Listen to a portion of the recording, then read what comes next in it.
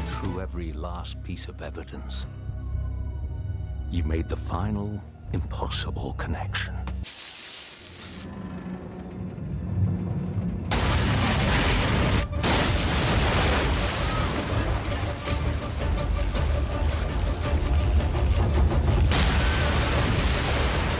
And all the while, you were soaking in the bath. Audible. There's more to imagine when you listen. London Book Fair 2025 has been a page-turner. Crucial week in the calendar of publishing. I am absolutely blown away by it. It feels like a theme park for books. This place has a roar of its own. You just need to stand here above the balcony and listen to the thousands and thousands of books being discussed. Many of the new books that are coming in different language will be set here. It's the room where it happens. Like, I can just pop in and listen to somebody talking about AI, or I can pop in and find out about distribution. It just creates better understanding of what we're all doing, what we're all striving for. Talk about what's going well, talk about what maybe isn't going so well, and that's all really important. It's about making those connections, having those deeper conversations. It's just great to get a lot of creative and industry people together. Just so lovely to have that FaceTime. 2025 has been amazing. 2026 is going to be even better. I can't wait.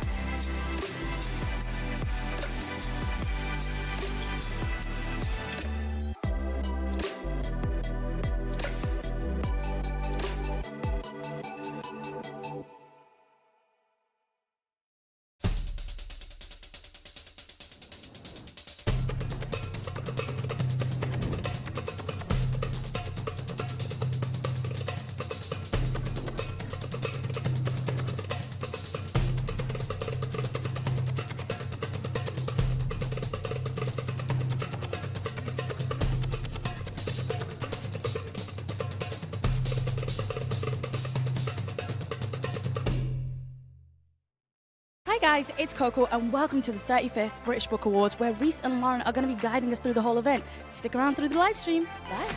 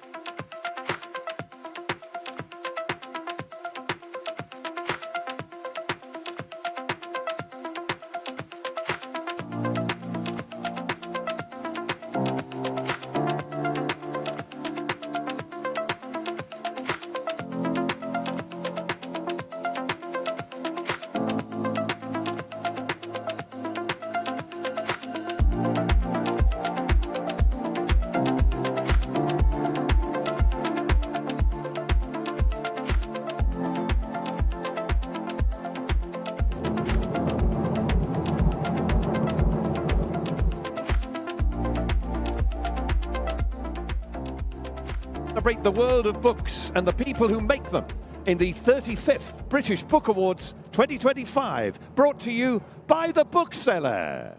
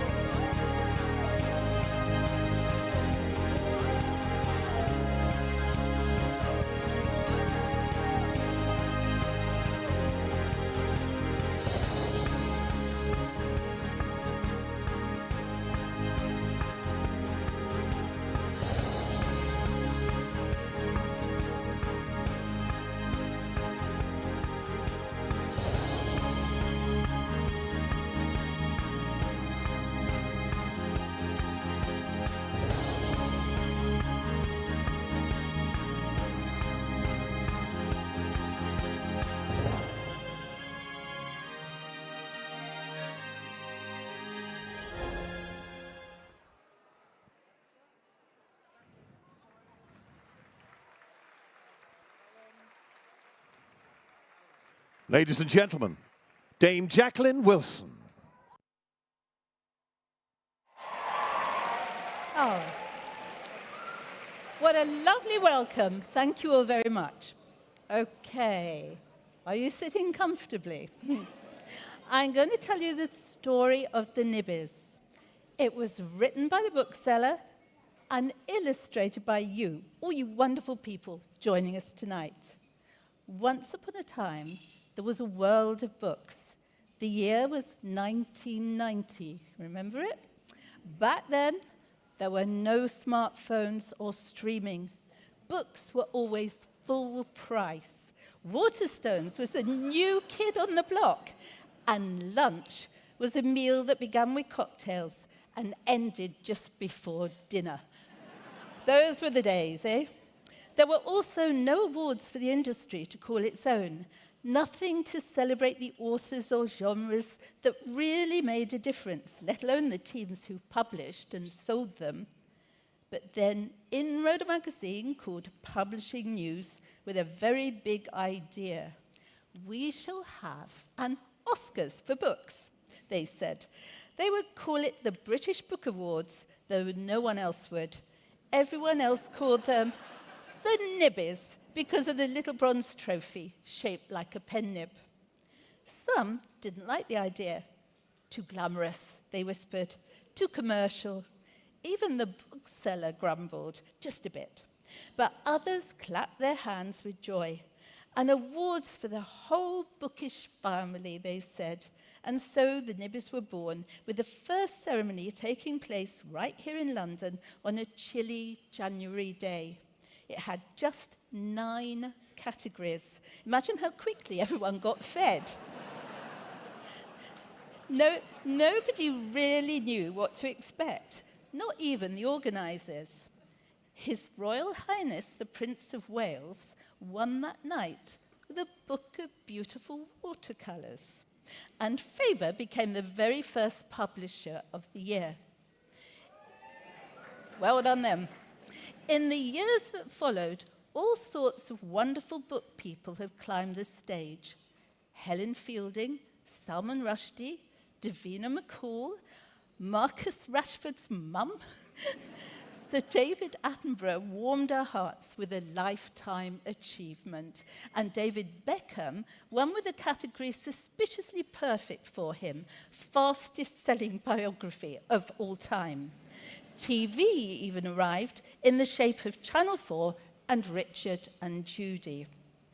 But every story has a twist. Somewhere between the Davids and Davina, Publishing News closed its doors. For several years, the Nibbies wandered here and there, a little bit lost, until the bookseller came along to bring the awards back right here to Grosvenor House. Since that first ceremony 35 years ago, nearly 800 Nibbies have been awarded. And while some things have changed, the unique formula remains the same, celebrating everyone who helps a book go from an author's mind to a reader's hands. And here we are tonight, another chapter in the story of the Nibbies, a night to say books are brilliant and the whole world of making and sharing them is magic. So remember, whether you win a trophy or not, you are part of something truly special. You are the story makers. The 35th chapter begins right now.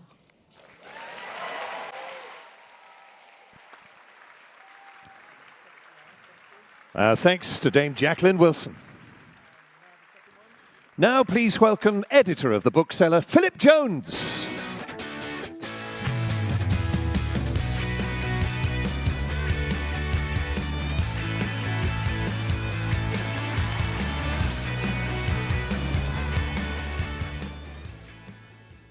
Thank you, Jacqueline.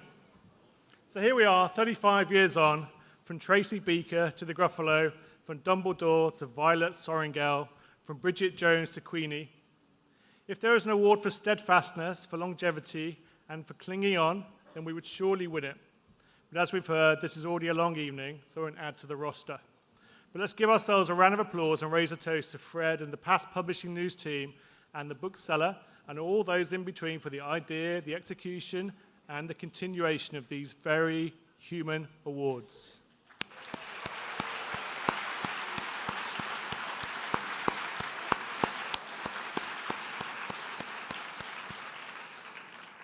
For those who want a longer version of the history, please do read our specially produced 35th anniversary supplement available on your tables.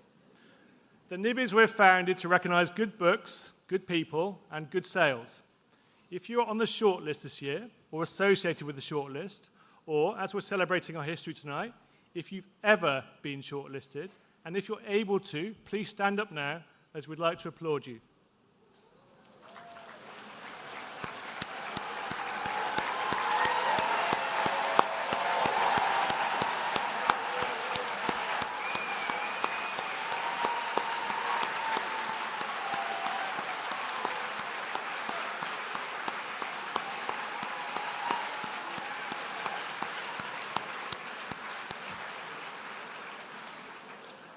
So just about everyone, right? We're a words business, but what turns us into an industry is word of mouth. We resist the censoring, the sidelining, and the stealing of our stories, as well as the narrowing of access to books. History shows us that society is at its best when we are at its heart, and that heart is open. The past affirms that good books, well published and well sold, do good. Now, whatever Mark Zuckerberg thinks, the value of books is clear and obvious. Books train us, not computers. They make us into the better humans we need to be. You stand for reading, and we stand with you. Today, tomorrow, and for the next 35 years. So enjoy the show, wherever you are. And now, I'm handing over to our host, who I'm delighted to see back for another year. Please welcome the very human, Laverne. Thank you so much. That was great. Well done. Cheers. Thank you. Thank you, Philip. Thank you, everyone, for that lovely welcome. I am indeed partially human and absolutely flippin' delighted to be here. It's a real pleasure to be back with you, celebrating another wonderful year between the covers. Much like the conclave, we're all gussied up, strapped in for a long one, and ready to pick some winners. So charge your glasses, my friends. Nobody leaves until the right colour smoke goes up. You are in for a fantastic night tonight, toasting an industry that, as well as, we've just heard, enriching our lives beyond price, also employs almost 30,000 people in this country and generates over £7 billion for the UK economy. Well done. Wealth generators. Now, I'm especially glad to be here celebrating this year because I have actually read more than ever over the past 12 months. So I've spent a good proportion of the past year recovering from a serious illness, and books have been an absolute lifeline to me during that. They've been a distraction, an emotional balm, and an escape. So lots of you were actually with me on my worst days. So I'm very happy to be better and to be able to be here to say thank you. Thank you for that. Stop it. You got me through it. You know, you helped me when I needed it. And also you took me away. You know, there wasn't much I could do for a while back there, but I still had all kinds of amazing adventures. I went hiking in the Lake District with David Nichols. I rekindled lost love with Marion Keyes. That was good. Solved a murder with Richard Osman. Had a very tasty feminist awakening with Asako Izuki. I won't tell you what happened with Gillian Anderson. Suffice to say, it was quite the afternoon. Now, at one stage, I was actually reading about 8 books a week, which isn't too bad, is it? But it's also, I've done the sums, it's good training for what's to come. Because if I can just multiply that by 20, then I should be able to keep pace with the new generation of AI-authored publications that are coming our way. This has been one of the biggest stories of the past year. Spine's set to publish 8,000 AI-authored books by the end of 2025. Now, of course, there are anxieties about potential downsides of AI, but remember there are upsides too.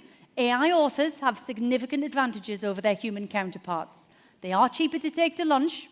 It's just true. They're less precious about the editing process, and they only hallucinate occasionally. Other big headlines include Julia Donaldson becoming the UK's biggest author by volume. Congratulations, Queen Julia. 48.6 million units sold and no room on that broom for J.K. Rowling anymore. Of course, well done. Well done. Inched it. Success, though, it does come at a price, doesn't it? Success. And there are some rumours, I'm sad to say, that it's actually gone to the Gruffalo's head. I can't confirm it, but I can tell you that sources close to the beast, okay, it's a mouse I know who lives in the deep dark wood, told me that the Gruffalo has changed. So he said it all began when the Gruffalo decided to have cosmetic surgery to move the wart on the end of his nose. I mean, it is poisonous. You kind of think fair enough, but he didn't stop there. He had his hairline lifted, decided to get together with a much younger Gruffalette, made the choice to diversify his corporate portfolio, going beyond his core business of threatening small mammals. Well, to cut a long story short, he's now in talks to replace Elon Musk at Doge. Unverified, but if true, I do wish him the best.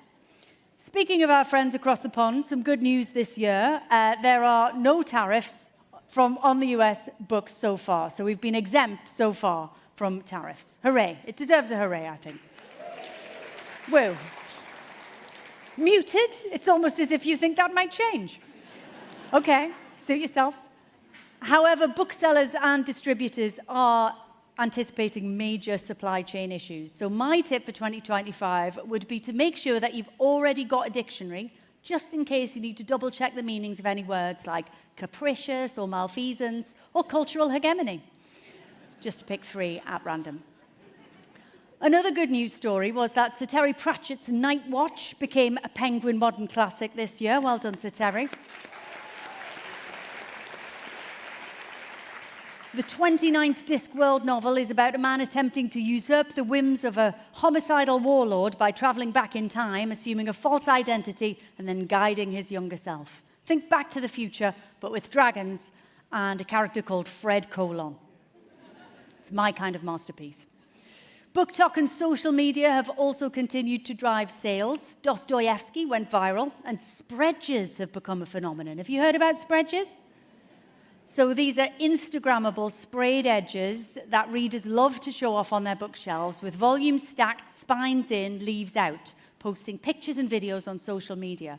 Some of them even read the books as well, although obviously not in private. Why would you?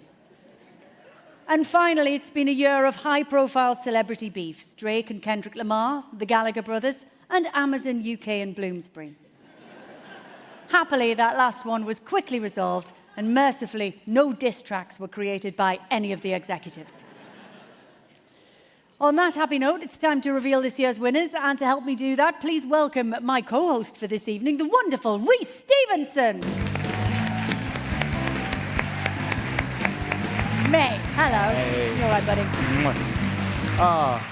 Thank you, Lauren. Thank you. It's lovely to see you all. It's lovely to be here. Actually, permission to just to be real for a second, because I'd say it is honestly an honor to be asked to come back and do this. I never take it for granted for 3 reasons. 1, to be in a room with people like you, geniuses, artists, freedom fighters who risk their lives putting pen to paper. You inspire me. 2, to host alongside Lauren. This force of nature, wonderful, the best in the game, the flyest suit I've ever seen. And 3, most importantly, I finally got around to reading Fourth Wing, and I need to talk to someone about it. And I know one of you have read the book, so find me after this, because book club's in session. I've got a lot to say. Anyway, let's get on with the show. As well as tonight's winners, the judges have highly commended some entries. So if you are one of these, we will send you your congratulations, but you won't need to come up on stage this evening. That honor will be for our winners tonight. And should you win, you're invited to make an acceptance speech, but a brief acceptance speech, because, guys, we've got a lot to get through, yeah? I will tackle you. I will. Keep it moving, I've been watching NFL, I know how to do it. Helping us tonight is, of course, the wonderful voice of the Lotto, Strictly Come Dancing, and the Nibbies, Alan Dedicoat. Alan! Thank you, Lauren. Always a pleasure, of course. Never a chore. And it is, yes, it is good to be back, isn't it? It's good to be back. great to have you. And of course, we're joined tonight by our BSL interpreters, Jenny and Lawrence.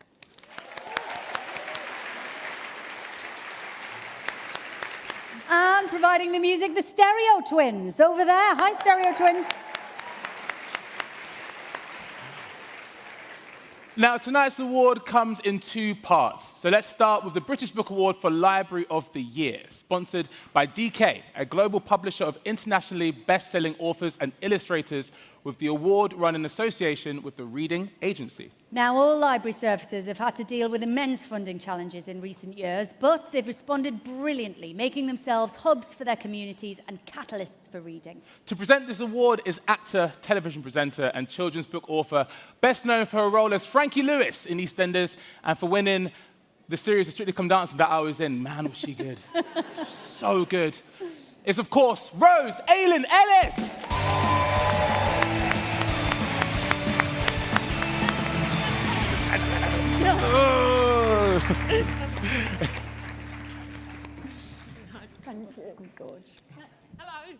Hello.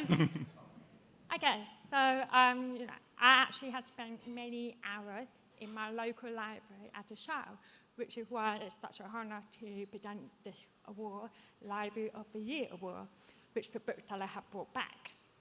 At the time when many libraries are working hard just to survive, these awards shine a light on an incredible creative work they're doing to encourage readers to read and keep the community together and connected. The award was sponsored by DK and delivered in partnership with the Reading Agency, highlight the best reading project or campaign from libraries in the UK and Ireland. There are 10 region and country winners across the UK and Ireland, and they make up the shortlist. Absolutely. Thanks, The Rose. shortlisted library are... These are the library contenders, and as Rose said, all regional and country winners already. They are Arwin Cultural Trust. You are allowed to whoop, holler and cheer to let us know where you are in the room. Braunton Library, Hertfordshire Libraries, Manchester Libraries, Midlothian Library Service, Mullingar Library, Stratford-upon-Avon and Ulster Libraries, West Sussex County Council Library Service, and Winchester Library. But who takes our first award tonight? Rose, our winner, please. It's Manchester Library. It is, so please welcome Service Development Officer Danny Middleton. Yes, Manchester Libraries win for their Blue Peter Book Club Live, involving live CBeebies bedtime stories, book readings, performances, and author sessions, doubling library visits and attracting over 4,600 children.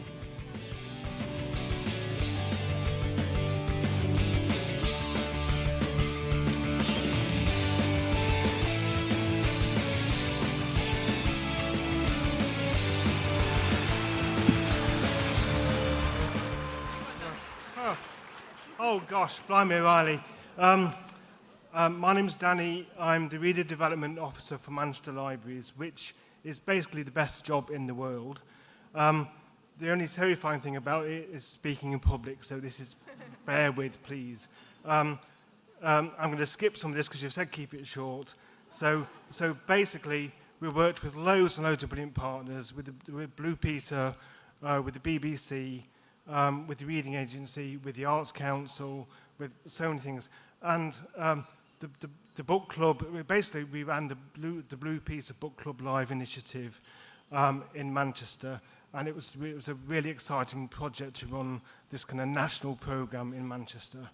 And we celebrated it with loads of things throughout the city, including a massive takeover event at Central Library with the Blue Peter presenters, with a pirate ship outside the library, with Willy Wonka in the glass elevator. And we had over 7,000 people come on the day. But the project was massive all over Manchester. We had 10,000 pupils involved in art projects, all 22 libraries with Blue Peter Book Club hubs, and many cultural partners were also key to this success. So very quick thank you to the judging panel tonight for voting for us, and reintroducing the Library of the Year award. Thank you so much for that.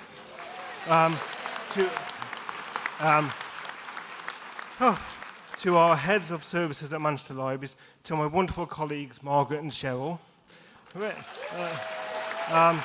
to the Arts Council, to Ellen and all the team at the BBC and Blue Peter. We actually even had the CBeebies Bedtime Stories there, and we even had the chair that Harry Styles did the BBC Bedtime Stories on. It was like, to the Reading Agency for their support for libraries across the UK, and a huge thanks to Emma Martin, who was a community artist who made such a difference to so many children's lives for the whole of this project. Manchester Libraries are at the heart of the community across Manchester. We always challenge the kind of traditional image of what libraries are in Manchester, but we recognise our key role is still to celebrate free access to the joy of reading for pleasure. And we love working with all of you fabulous authors, booksellers and publishers to make this happen. So thank you so much. Thank you. Thank you. There we are. The British Book Award for Library of the Year goes to Manchester Libraries. And thanks to Rose Ayling-Ellis and DK and the Reading Agency.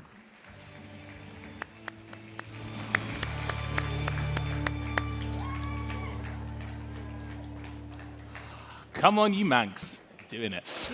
All right, we come now to the first of our Book of the Year awards, the debut fiction book of the year, sponsored by Spotify, the world's most popular audio streaming service. Yeah, woo! The world's most popular audio streaming subscription service with more than 615 million users, guilty, and supported by Stylist. And with news of this winner, a novelist, non-fiction and short story writer and broadcaster. Her 2005 novel, Labyrinth, has been translated into over 37 languages. Please welcome Kate Moss.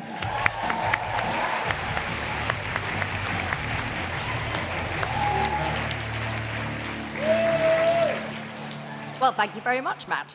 It's lovely to be here to present the Debut Author Award. Every single writer in the room and every single publisher, everybody that is involved with putting out a book knows that terrible moment when the book leaves you and it's about to go out in the world, and is it going to work, and you're terrified and you're excited, and then it happens.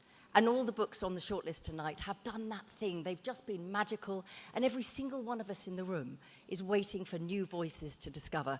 So my hat off to everybody who's on the list, and everybody who didn't make the list, and all of you who've made it happen for the first time for all of these people. The nominations are...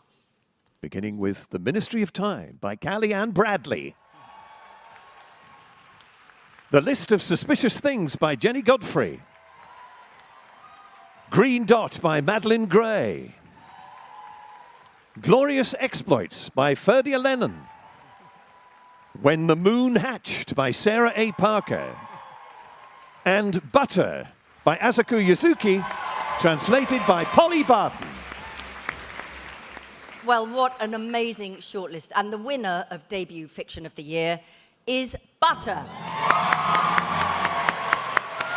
On stage, please, Polly Barton.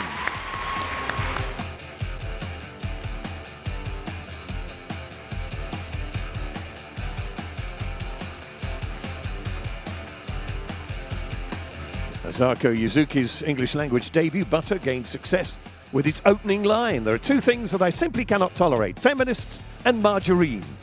Fourth Estate's Knockout campaign, partnering with influencers and bookshops, made it the it book of spring 2024.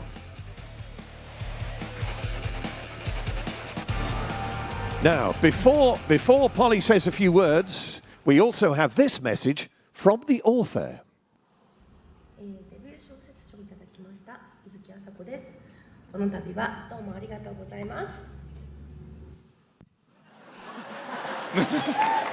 So, she's busy. Places to be. Favorite one of the night. Places to be. Best one. I'm not going to be quite that short and sweet, but I'll be close. Thank you so much for naming Butter Debut of the Year. There's not very much about the state of the world at the moment that affords me much optimism. But the one thing that I do cling onto is the soaring popularity of translated fiction and non-fiction.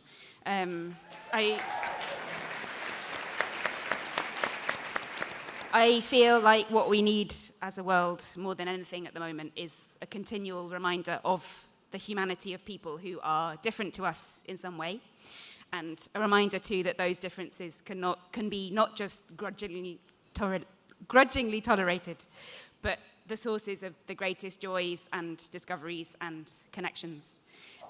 That's what I believe all good fiction, and especially translation fiction, does. And that's why I continue to translate. And it's such an honor and a privilege to be given the chance to work on books such as Butter, with authors such as Asako Yuzuki, and publishers like Fourth Estate and my editor, Kish. Thank you so much. Congratulations to the fiction debut book of the year, Butter, by Asako Yuzuki, translated by Polly Barton, and thanks to Kate Moss and Spotify.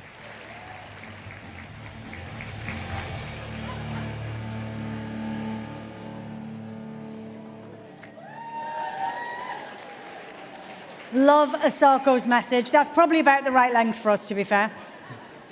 Also, the only problem with Butter was I kept having to put it down to go and eat something. That's the problem, really right? hungry. Yeah, it's not great if you're on a diet.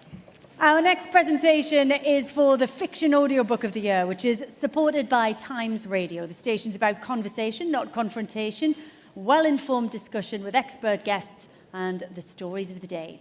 And to present this award, please welcome an actor known for his performances in the National Theatre, the Royal Court, films like Lucy and Stardust, and the notable TV world roles. Sorry, I'm just learning my R's today, everyone. In Britannia and Green Wing, it's Julian Rind-Tutt.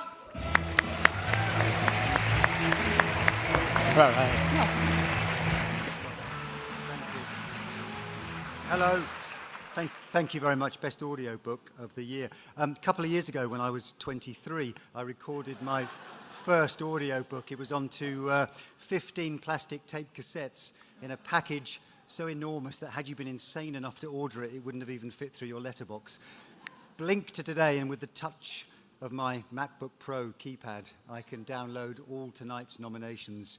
The dizzying array, the variety is so extraordinary that it was really hard to judge, from a lone author sitting in a room reading out their own beautifully crafted novel to the mega multi-voiced extravaganza of a dramatic classic novel with its own orchestral score recorded in a studio. We didn't know what to do. We've broken the rules and it's all gone crazy.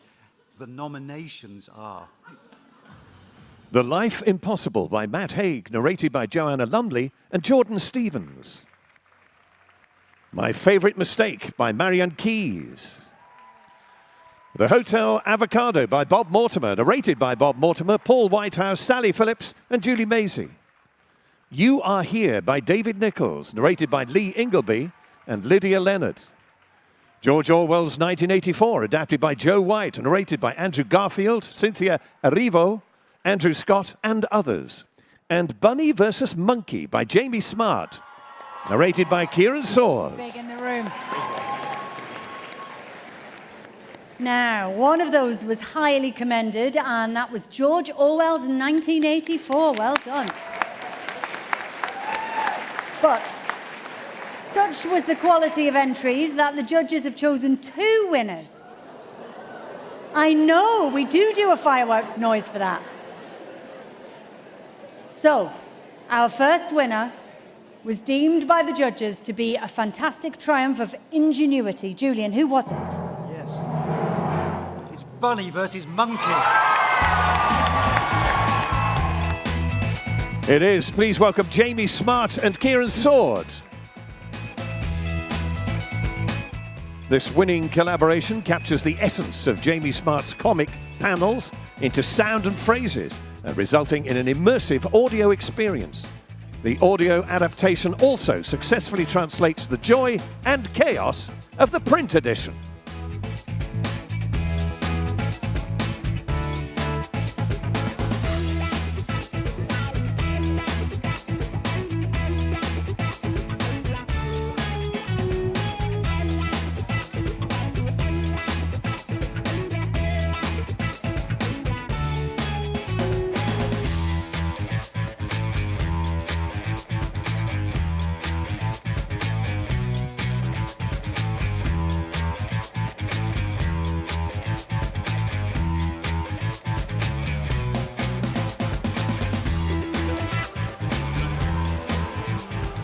Hello. Testing, testing. It's a hard job for me because I don't write the words. I read the words that other people write. So I was hoping that Jamie would sort of have this bit under control, but apparently not.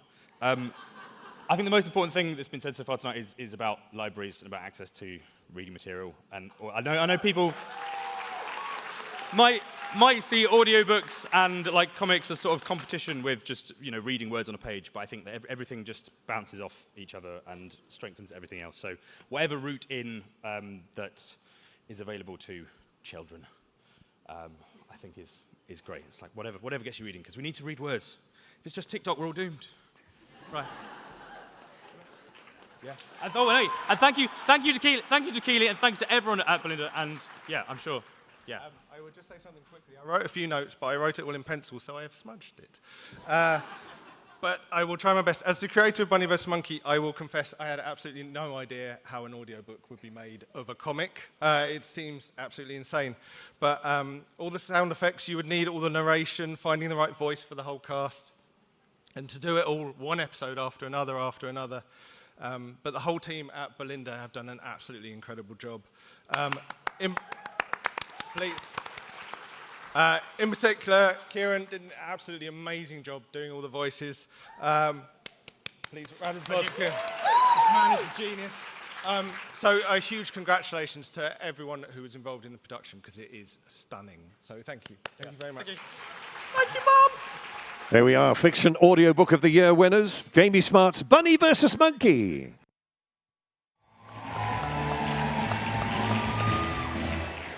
We don't have a bonus award for loudest cheer, but if there is, Bunny vs. Monkey, you've set the bar so far. So good work. All right, simmer down. Now on to our second audiobook fiction winner, and this was praised for the narration and live editing of the manuscript. So Julian, please tell us who that winner is. It's My Favourite Mistake. Now, Marion can't join us this evening, but she has sent us this message. Oh, hello. Well, this is absolutely lovely. Thank you so much. I am absolutely thrilled. And congratulations to all the other shortlisted nominees. All wonderful books and all voiced so beautifully. It was such an honour to be even included on the list. I've so many people to thank. First and foremost, Roy Macmillan, my producer, who was brilliant at making me do things again and getting more out of me, but also made it so much fun and spared my blushes a bit on the sex scenes. Thank you to everybody at Michael Joseph, who has worked so hard on all my books, and thank you to the team at Penguin Audio. Honestly, I am really, really, really delighted. I have loved doing it, and I really am very, very grateful. Thank you. Our second fiction audiobook of the year, then, Marion Keyes and My Favourite Mistake. And our thanks to Julian Reintut.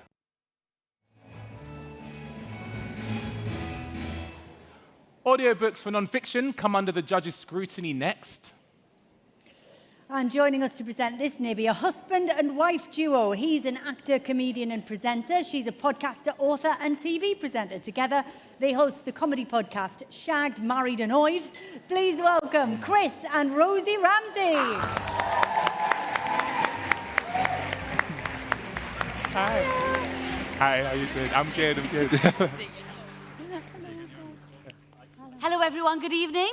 Hello. It is an honour to be here to present the award for Best Audiobook Non-Fiction. And as the genuine slowest reader in Britain... Yeah, I can attest that. So slow. Painful. Text messages, the lot. Takes us hours. Thank you to everyone who puts their book to audiobook. And can I say I've read it if I've listened to it? No, yes. Straight away, yes. She thinks no.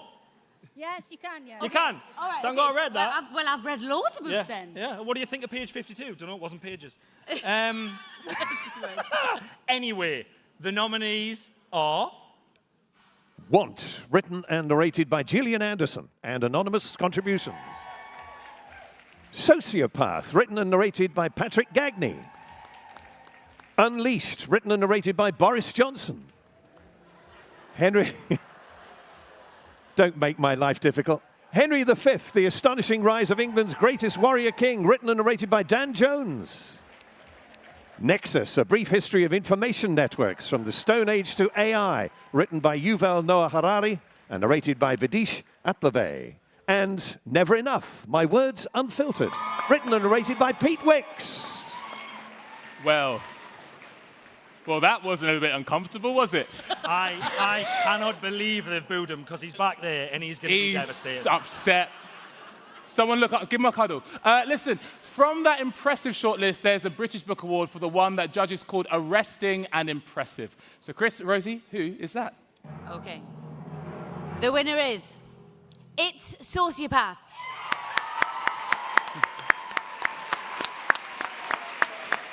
Hang on, hang on.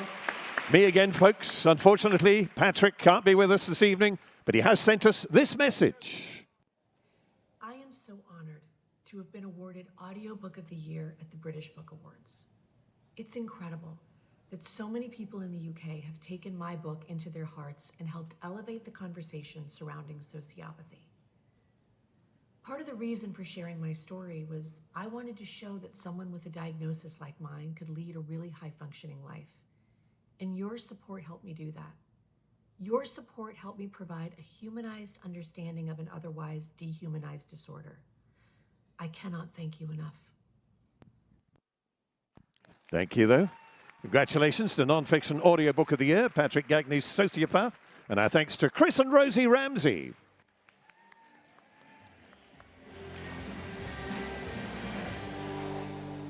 Yeah, that's not the way off. That's not the way off. That's not the way off. It's the award for Publicity Campaign of the Year next, presented in association with the Network for Book Publicists, the Publishers Publicity Circle. The short list of 10 campaigns showcases talented publicists who created conversations like you're having now,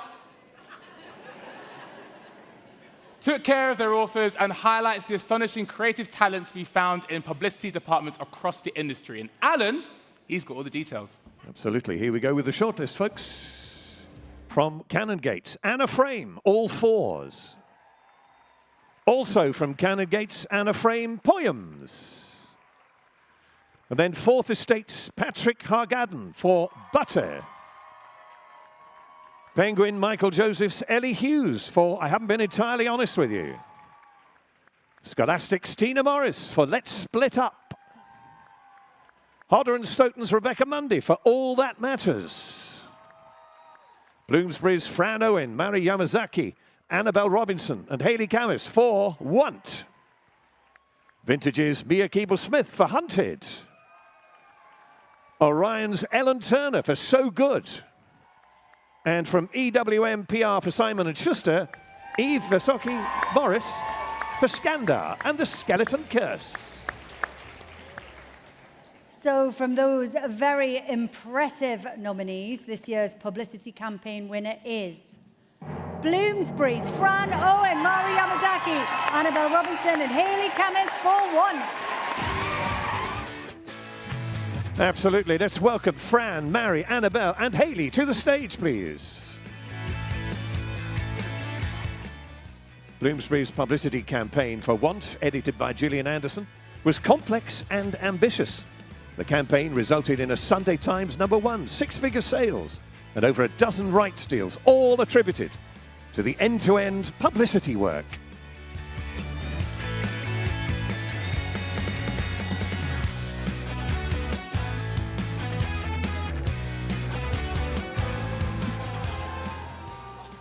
Thanks so much for this award, and a shout out to all our incredible fellow nominees. We see your incredible work, and we're so proud to stand up here with you. One was about trust and collaboration. Quite a few of us involved, as you can see from the publicity side, but so many at Bloomsbury. Rights, sales, audio, everyone was involved in this book, and it was so much work from all of us across the teams. Of course, huge thanks to every woman who wrote in and shared their most secret thoughts with us, and huge thanks to Gillian, without whom none of this would be possible. So thank you. Awards Publicity Campaign of the Year to Bloomsbury's Fran Owen, Mari Yamazaki, Annabelle Robinson, and Hayley Camus. And our thanks to the Publishers Publicity Circle.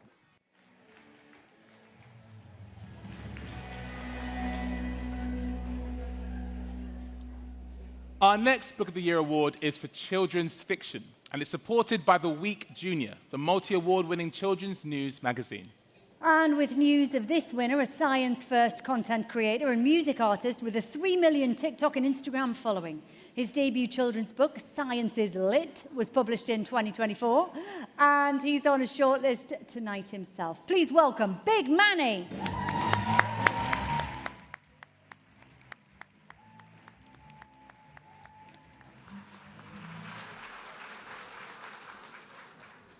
Yes, good evening, everyone. So I have the pleasure of announcing the Children's Fiction Book of the Year. Now, this is a category that I hold very close to my heart because I'm an educator myself. So I know the importance of inspiring and capturing the imagination of young people. So without further ado, the shortlists for this year are... A Tempest of Tea by Hafsa Faisal. The Reappearance of Rachel Price by Holly Jackson. Diary of a Wimpy Kid, Hot Mess by Jeff Kinney.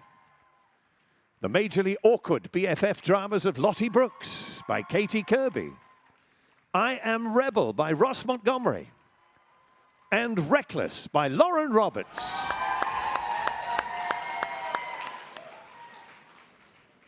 Okay, so let's reveal the winner, yeah? It is Diary of a Wimpy Kid, Hot Mess.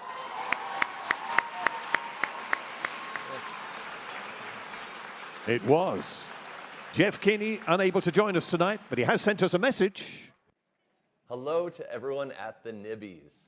I am so sorry to not be with you there tonight, but like Greg Heffley, I come armed with a good excuse. Right now, I'm on a retreat with all of my international publishing teams in Bavaria for what we're calling an awesome, friendly get-together, where we're planning the future of the Wimpy Kids series. In fact, a number of Puffin team members are with me in Germany, and we're all a bit gutted not to be with you at the Nibbies tonight. Nothing but this would have stopped me from joining you in person, but we're, of course, celebrating this win over here right now with some yodeling and beer.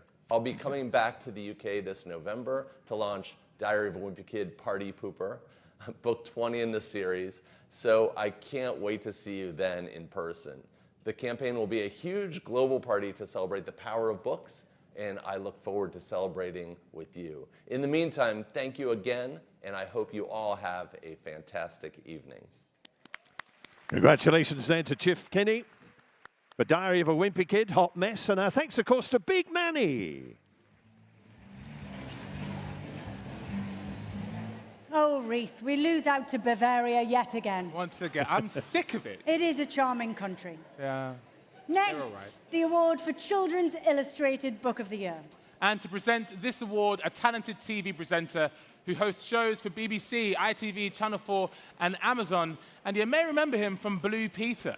His debut book, Move Like a Lion, topped the charts. Please welcome Rhys.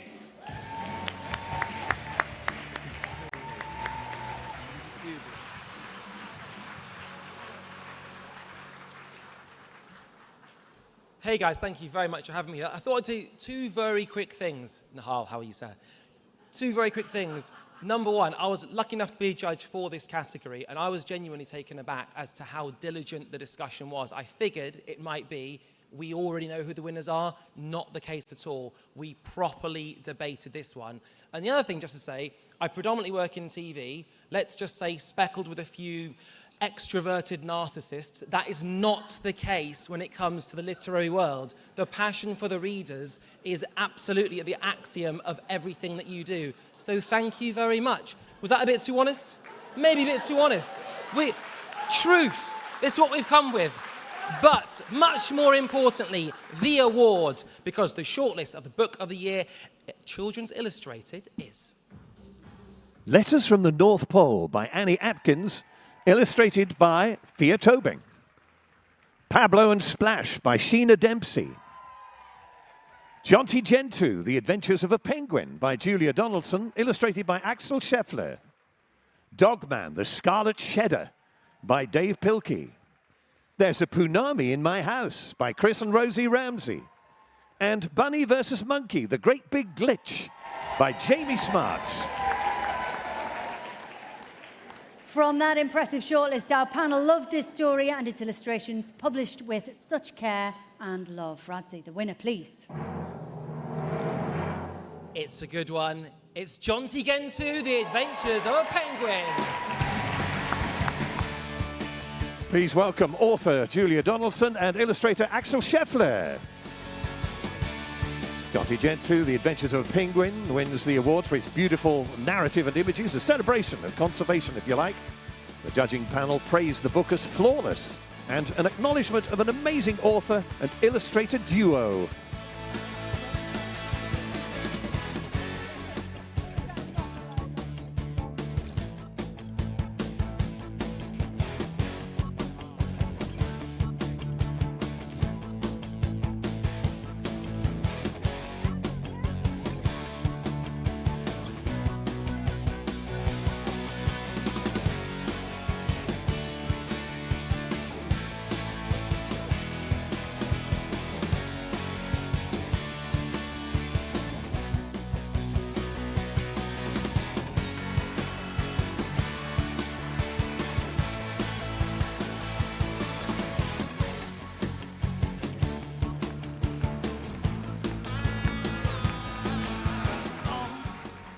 Thank you so much. Right, thank you very much to our wonderful editor,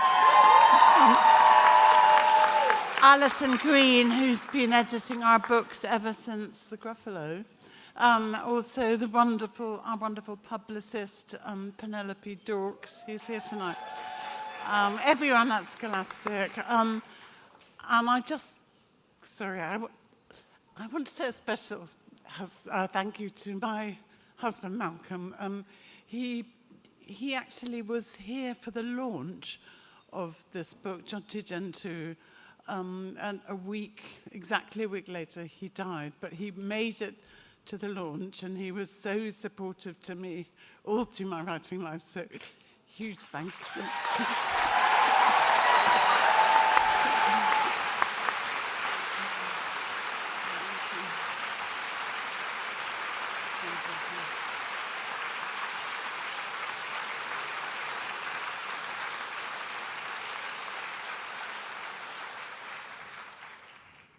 Well, I'm speechless, and Julia's the woman of the words, so if there was a flip chart here, I would draw a penguin for you, but sorry, there hasn't been prepared tonight, but thank you very much. It's amazing, very unexpected. Thank you. Congratulations to the Children's Illustrated winner, Julia Donaldson, and Axel Scheffler for Jonty Gentoo, The Adventures of a Penguin, and thanks to Radzi Chinyanganya. With Radzi, they'll take you off. Be careful, then. Next, it's Designer of the Year. And if it's true that we all judge a book by its cover, then these 8 designers are among the most influential people in publishing. This award celebrates originality, diversity, and versatility, highlighting cover value and artistic flair. And the designers in the running are Luke Bird, Kira Elliott, Ellie Game, Ryan Hammond, Becky Kelly, David Mann, Kishan Rajani, and Emma Rogers. All worthy contenders, but taking the trophy. Kishan Rajani.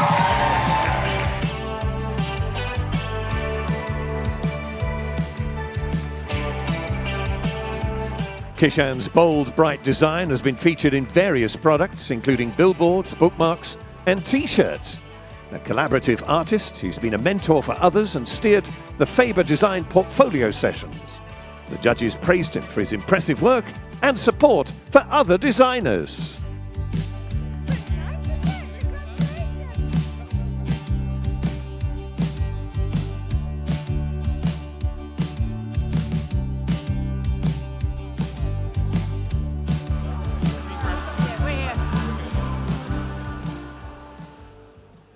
my gosh.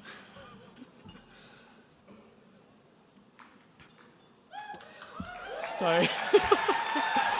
My heart is going, sorry. I definitely didn't expect for this to be the outcome today, but luckily a few wise people nudged me to jot something down just in case, and I'm really glad that they did. So here goes nothing. First of all, I feel incredibly lucky and honored to have been shortlisted for the Designer of the Year, and to be named alongside designers that I deeply admire, whose work has inspired me for years, and that's truly humbling. I want to say a huge thank you to Faber, who's sitting over there, for bringing me here today, and to my former art director, Pete Adlington, as well as my peers who encouraged me to put myself forward for this. That support has meant the world. I also want to dedicate my thanks to the incredible community of book cover designers in this industry. I feel incredibly fortunate to belong to a group of people who are so talented and kind and generously uplifting, that celebrate and support each other as people, as also creatives. When I first joined the industry, however, I didn't always feel that sense of belonging. Although there's now a slowly growing community of brilliant designers of color, that wasn't the case when I started. There weren't many people that looked like me or shared my background in the publishing houses that I worked at. So to the immensely talented POC creatives that have been working in the industry, and to all of those that are looking to access it, I hope my being acknowledged today can be encouraging testimony of determination. If I can do it, you can absolutely do it too. Thank you so much. Congratulations to the British Book Awards Designer of the Year, Kishan Rajani.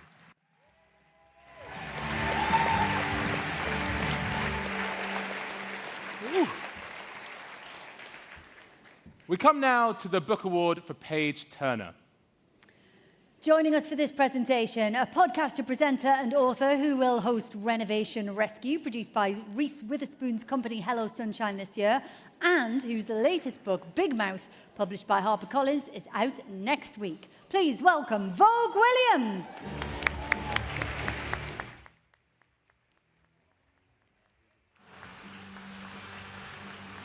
Wow.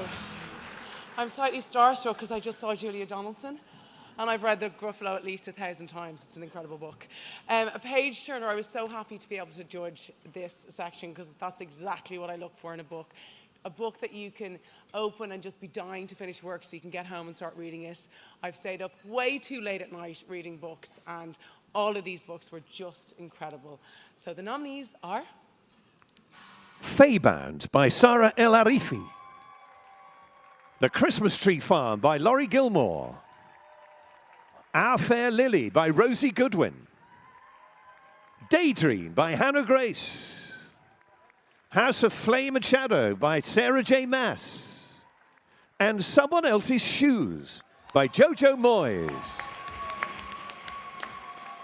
But the winner here was a rich and imaginative read. So Vogue, the winner please. And the winner is...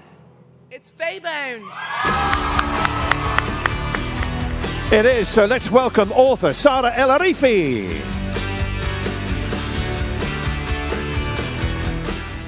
Sarah's novel, Feybound, wins for its fantastical landscape and African mythology-inspired characters.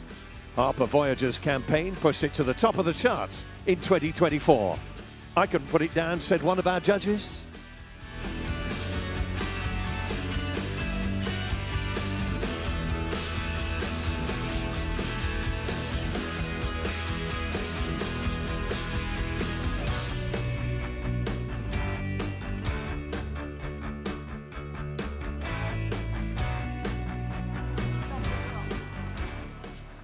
Guys, I haven't had enough wine for this. I might vomit. I literally didn't prepare anything because I was like, listen, this is not going to happen. Because, you know, there's a lot of barriers for someone like me. I'm black, I'm queer, I'm a woman. Yes, thank you. And also, I can write, but it turns out I can't read, so I didn't write a speech because I didn't know if I was actually going to be up here. This is so wild, and I've got so many people to thank. Harper Voyager, Tash Barden, who literally bought this with the 3 words, sexy black elves.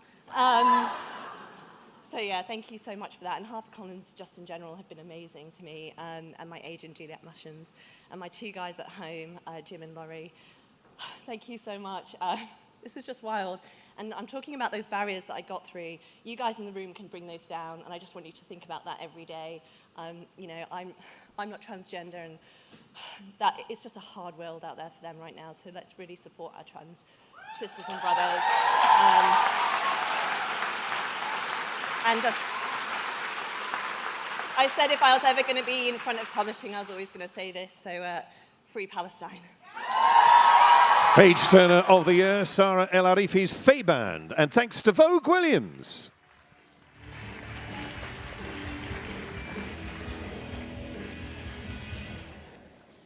Next, we have the Book of the Year Award for Children's Non-Fiction. This was supported by the Week Junior Science and Nature, a monthly magazine designed to spark a passion for discovery in 8 to 15-year-olds.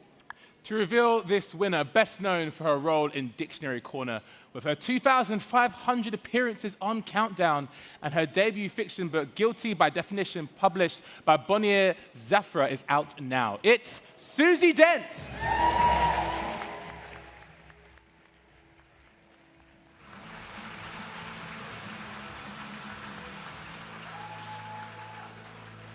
Thank you. I'm so delighted to be presenting this particular award because it was a non-fiction book that I read as a child that kick-started my career, and I've had a love affair with it ever since. My sister was doing really normal things. She was experimenting with eyelash curlers, reading Nancy Drew novels, and I was reading the dictionary. And I have just adored it ever since. Shout out to the Week Junior, by the way, because what a special magazine that is. I wish I'd had it when I was little. But all of our nominees tonight show us just what a special category this is, and they are: The History of Information by Chris Horton, The World to Come by Robert McFarlane and Johnny Flynn, illustrated by Emily Sutton. Science is Lit, Crazy Chemistry and Epic Experiments by Big Manny, illustrated by Subi Bose. Little People, Big Dreams, Taylor Swift, by Maria Isabel Sanchez Vergara, illustrated by Borahiled Falbri. Wilding, How to Bring Wildlife Back by Isabella Tree, illustrated by Angela Harding. And Hamza's Wild World by Hamza Yassin, illustrated by Louise Forshaw. But the winner is a thrilling read for children and their families. Susie, who is it, please? the winner is, it's Wilding, How to Bring Wildlife Back. Brilliant, thank you. It is Isabella Tree and Angela Harding. Can't be with us this evening, but we have received this message from them. I'm standing here in the middle of the rewilding project at NEP, surrounded by the sound of nightingales and cuckoos and turtle doves and bill clattering white storks in the background, just hoping that it can convey to you some of the joy that I'm feeling on receiving this award. It was Gabby Morgan at Pam Macmillan who came up with the idea of producing a children's book on the story of rewilding. And it was really more than just hoping to connect children with nature. It was about empowering them to believe that they could become a keystone species and that they could bring plants and animals into their lives. So I'd love to thank Angela and Gabby for this collaboration, which was nothing but a delight from start to finish. And to the British Book Awards for recognising what I hope this book represents, which is a story of hope. Thank you. Congratulations to the winner for Children's Non-Fiction Book of the Year, Isabella Tree for Wilding, How to Bring Wildlife Back. Thanks, of course, to Susie Dent and to the birds for their fantastic contribution.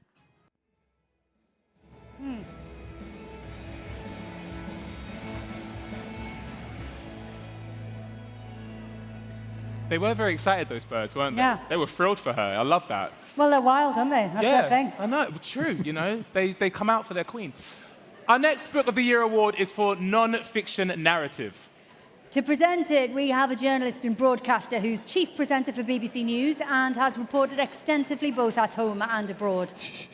However, her debut novel, Finding Belle, was published by HarperCollins just last week. Please welcome Rita Chakrabarti.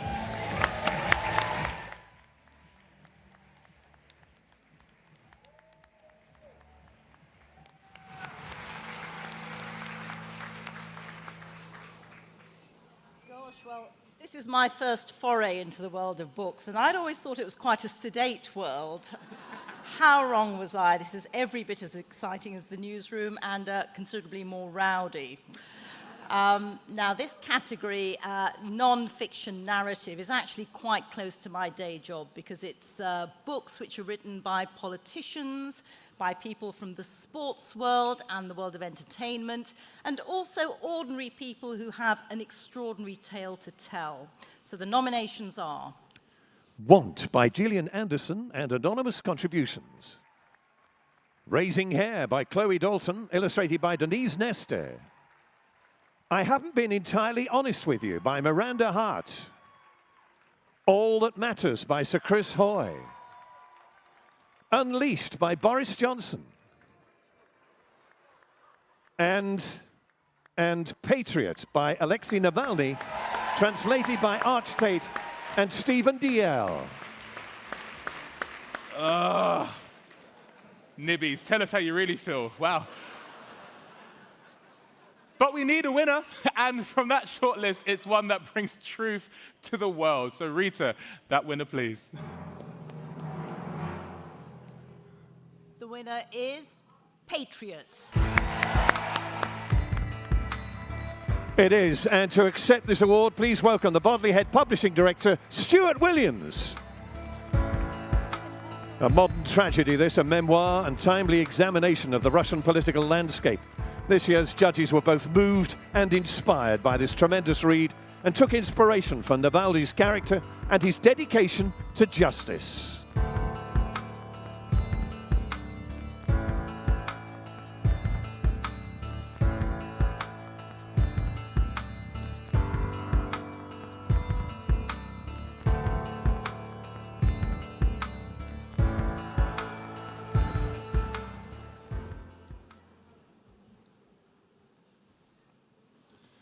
Thank you so much, everyone.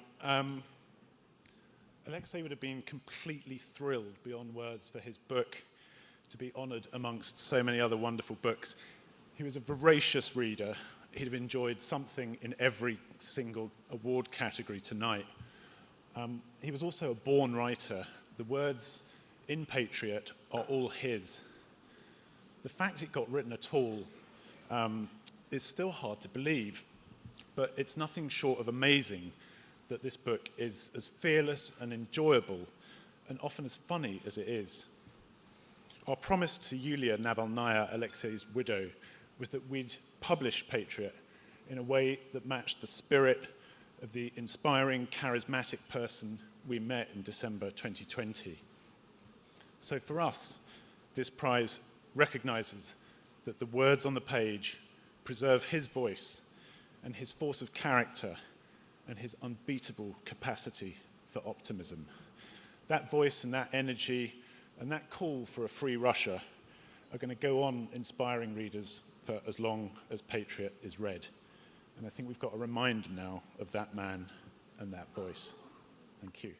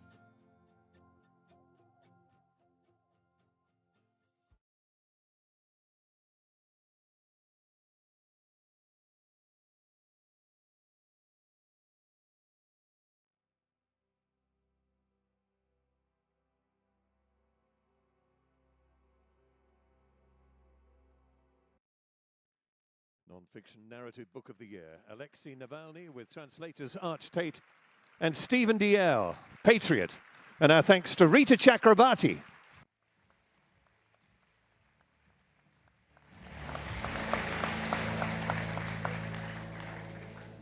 Next, we have the award for the Discover Book of the Year. To present this trophy, a poet and author. Her book, Welcome to Our Table, won the Week Junior Children's Book of the Year 2024 for nonfiction.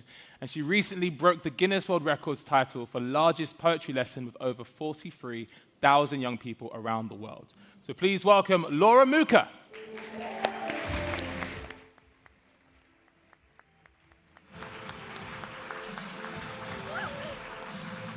Hi, I am so excited to be here. I, as a judge, really got an insight into quite how much work goes into this. So I wondered if we could just do a really quick and enthusiastic whoop whoop for everyone involved in the organising. Are you ready? Whoop whoop! You're amazing! Okay, now, when I was reflecting on how to present the Discover Award, I did a lot of this. Oh, it's such an important award. I've got to do it justice. How am I going to do it justice? And so I did what I do in times of difficulty, and I went to a good friend and asked for advice. And this good friend is quite a new good friend. It's ChatGPT. And the advice it gave was, make it human. Make it human. Anyway, this made me laugh at 1 a.m. when I Googled this. And I was reflecting on this. And books are about human connection. Books teach us what it is to be human. And the Discover Award helps nurture our fundamentally human industry by supporting independent publishers. Woo! By celebrating underrepresented writers. Woo! And trying to make sure that this is an industry where all humans feel welcome. Woo! The shortlisted books are... An African History of Africa by Zainab Badawi. Out on a Limb by Hannah Bonham Young. Fragile Animals by Genevieve Jagger. Poems by Len Penny. These Letters End in Tears by Musi Teji Xavier. And finally, Tiananmen Square by Lai Wen. 6 strong contenders, and one was highly commended. Congratulations, Tiananmen Square. But the winner is a masterclass in publishing. Laura, who is it? I don't know.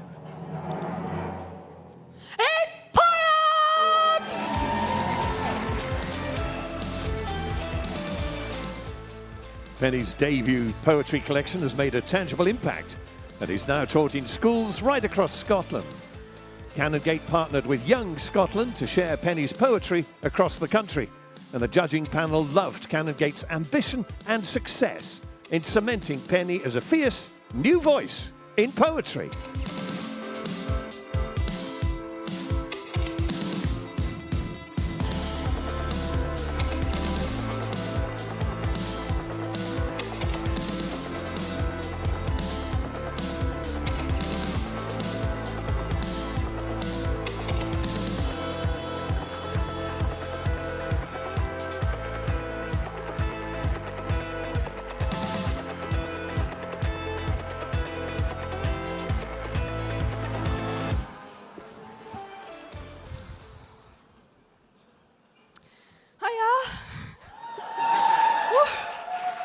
This is such an honour, thank you so much. And there's a great Scots phrase for this. It's a sair fecht for a half loaf, which means the job is hard and the rewards are small and seldom. And that is sometimes how it feels in a life touched by domestic abuse, and it certainly felt that way for me. I want to thank you all for making the fecht a wee bit less sair. And I want to keep in mind that 2 women a week are killed by a current or former partner in the UK, and we need to change this.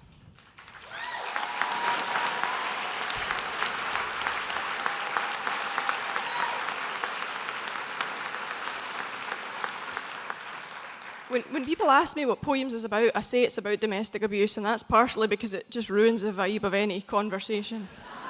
And I'm really not very good at making friends. It's all right, you're allowed to laugh at that. I'm also hilarious. But I want to live in a world where the words domestic abuse start conversations instead of ending them.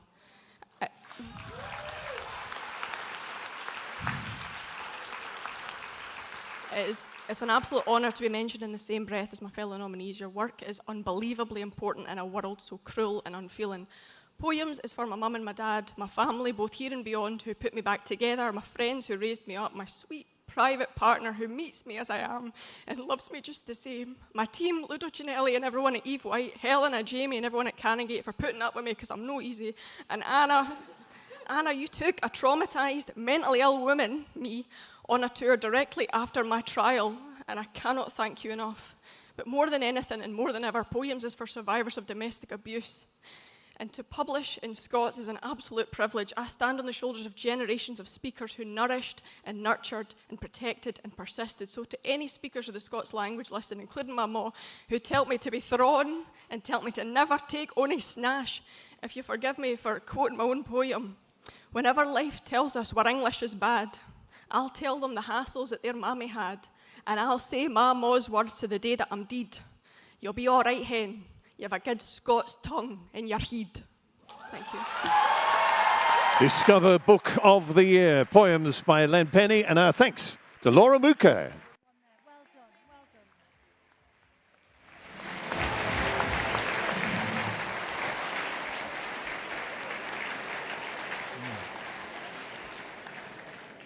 Next, the Book Award for Crime and Thriller title supported by the Daily Express, one of Britain's most famous and trusted news brands.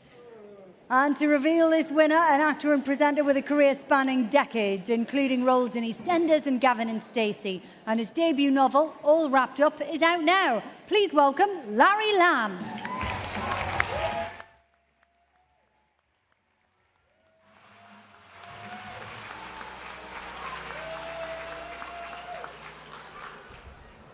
Good evening. Embodiment of fictional character comes to present an award for fiction, but I left my other half at the BAFTAs last night. So let's have a look at the nominations. They begin with Guilty by Definition by Susie Dent. The Wrong Sister by Claire Douglas. Has Anyone Seen Charlotte Salter by Nikki French? Hunted by Abia Mukherjee. We Solve Murders by Richard Osman. And All the Colours of the Dark by Chris Whittaker. Our winner here was singled out by our judges as a blockbuster story. So, Larry, which takes the trophy? It's Hunted. Please welcome Abia Mukherjee. Hunted follows two parents searching for their children. Arvil Sekker's superb publishing and commitments to Mukherjee, including over 30 events, was praised by the judges as a testament to their belief in the story and their desire to build him into a brand author.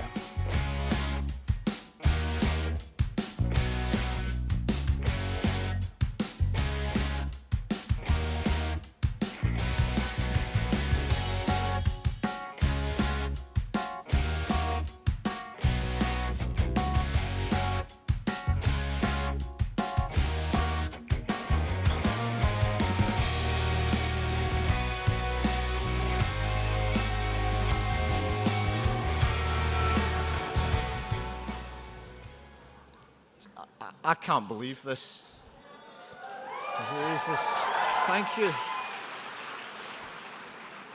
Two Scots on stage, one after the other. Fucking hell. I'm from Hamilton, which is like Glasgow without the glamour, so I don't expect to be here.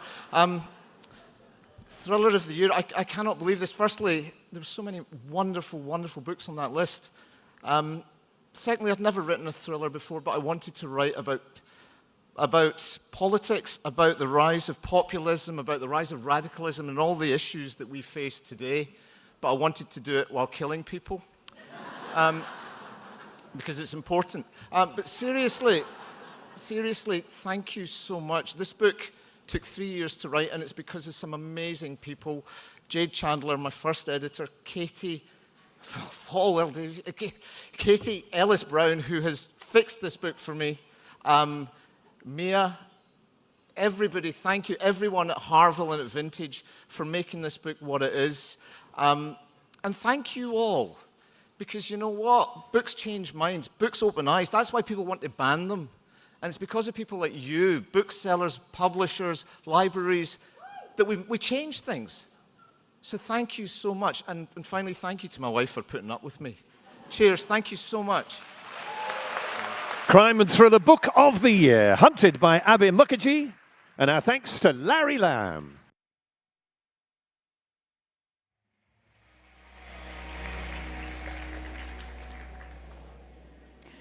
Up next, we have marketing strategies under the judges' scrutiny.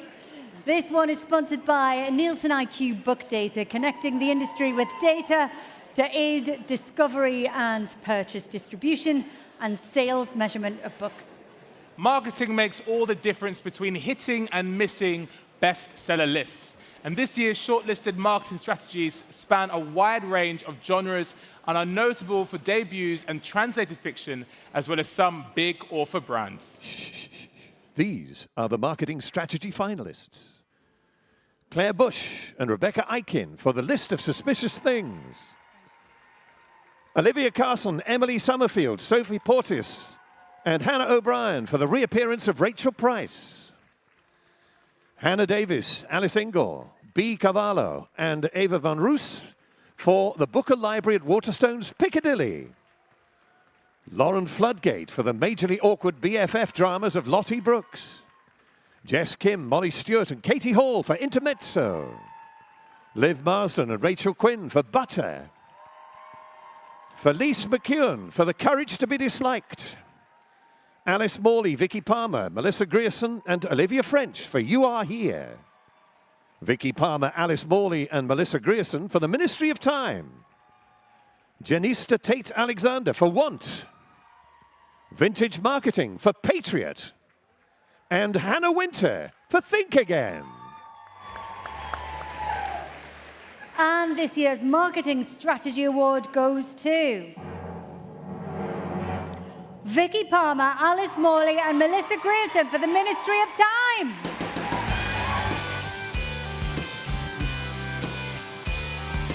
Absolutely, the Hodder Trio win for their promotion of Callie-Anne Bradley's The Ministry of Time across various genres, including literary, romance, thriller, and fantasy. Their strategy involved engaging with booksellers using creative extras, segmenting audiences, and promoting new editions.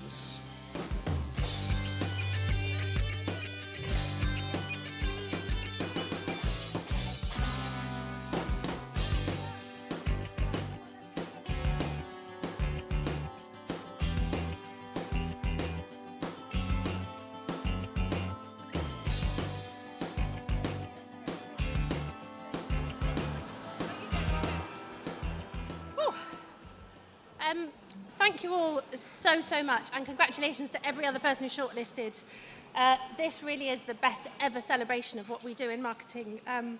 So I'm a bit overwhelmed. And we are in awe of everybody's campaign greatness, so thank you, everybody. It is an incredible honour to be standing up here, and we were all like, who's going to speak? Who's going to speak? And it was none of us, so it's me. And the incredibly talented Ministry Marketing Desk team, Alice Morley and Melissa Grierson. And Vicky Palmer. We took this book and ran with it, and we had, and continue to have, the very best time promoting this riot of a novel. Callie-Anne Bradley, who is very, very busy promoting her novel On the Other Side of the World, is an exceptional talent, and this is an exceptional novel. We have been so lucky to be gifted this genre-busting debut, and the team at Hodder have been right here alongside us throughout.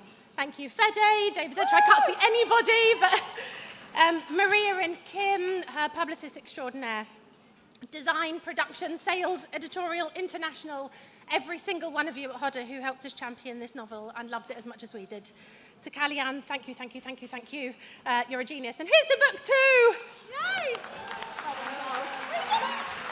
Congratulations to the British Book Awards Marketing Strategy of the Year winners, Vicky Palmer, Alice Morley and Melissa Grierson, and thanks to Nielsen IQ Book Data.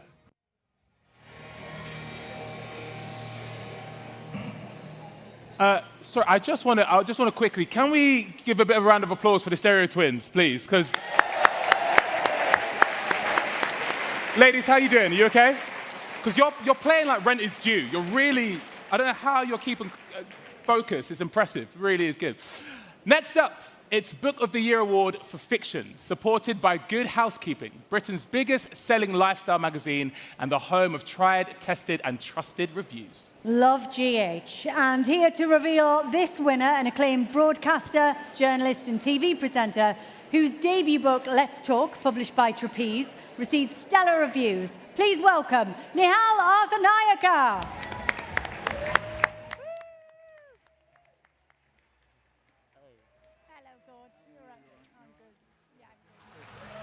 Yeah, oh yeah. Oh yeah, okay. Firstly, I'd like to applaud the publishing industry for hiding extroverted narcissists from Radzi for all these years. Jeez, how did you manage that? Secondly, if there's one book you listen to or read this year, it should be Omar El Akkad's book, One Day Everyone Will Have Always Been Against This. And on that note, if you read or listen to one book this year, you're in the wrong room, you lazy bastard. Thirdly, very quickly, today is Vesak, the holiest day for Buddhists around the world. Bookseller, do better with Buddhists in the crowd for next year. That was a shocking, thanks Mum for coming. And the closest person to the Lord Buddha currently on earth is my editor at Faber, Hannah, who has been waiting forever for my second book. Hannah, it's on its way. Here are the nominations. James by Percival Everett. All Fours by Miranda July. You Are Here by David Nichols. Intermezzo by Sally Rooney. Long Island by Colm Tubin. And Think Again by Jacqueline Wilson. But from those, the winner is a gripping, stunning, and beautifully executed story. So Nihal, who's taking the Fiction Book of the Year trophy? It's James.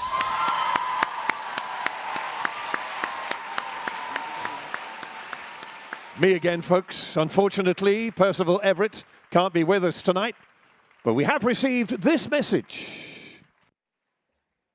Hi, I'm Percival Everett, and I would like to thank you very much. I'm surprised, flattered, and honored by this award, baffled even. And I thank the judges for putting their reputations on the line. Of course, the real honor here is being considered with these other books and these other writers. And to be in this conversation is wonderful. I'd like to thank my agents, Peter Strauss and Melanie Jackson, my editor here, Maria Raitt, my publisher, Mary Mount, and my publicist, the pushy Camilla Elworthy. Thank you again. Brilliant. The British Book Awards Fiction Book of the Year. James by Percival Everett, and thanks to Nihal Arthanayaka.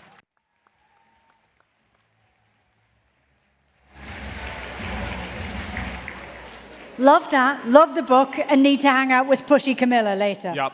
If she's in, where you at? We're getting the drinks in, me and you, Camilla. All right. End of the night. Cool.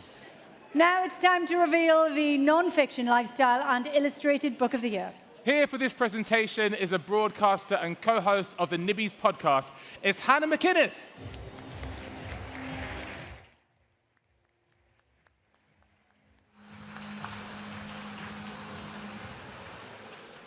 Well, it is an enormous honour to present the award in this particular category, non-fiction, lifestyle and illustrated, given the wonderful, extraordinary and truly eclectic lineup of books, similarly extraordinary, esteemed, and as you're just about to see, truly eclectic list of authors. So the shortlisted books are... A Better Second Half by Liz Earle. So Good by Emily English.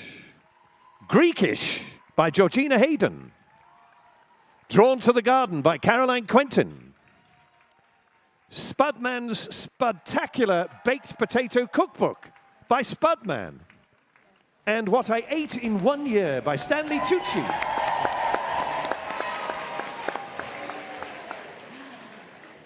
Wonderful books all, but from those, the judges' winner was a charming read, suffused with honesty and joy. Hannah, who is it? The winner is What I Ate in 1 Year, Stanley Tucci. It is, so let's welcome Stanley Tucci.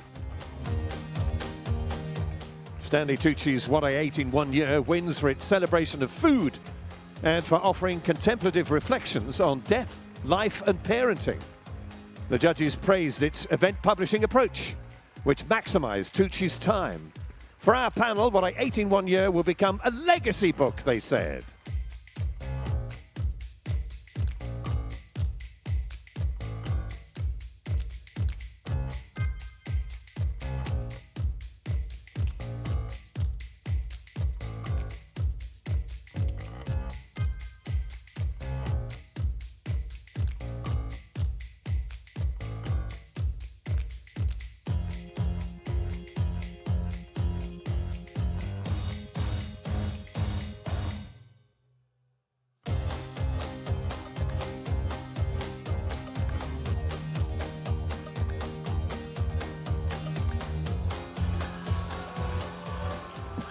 Thank you.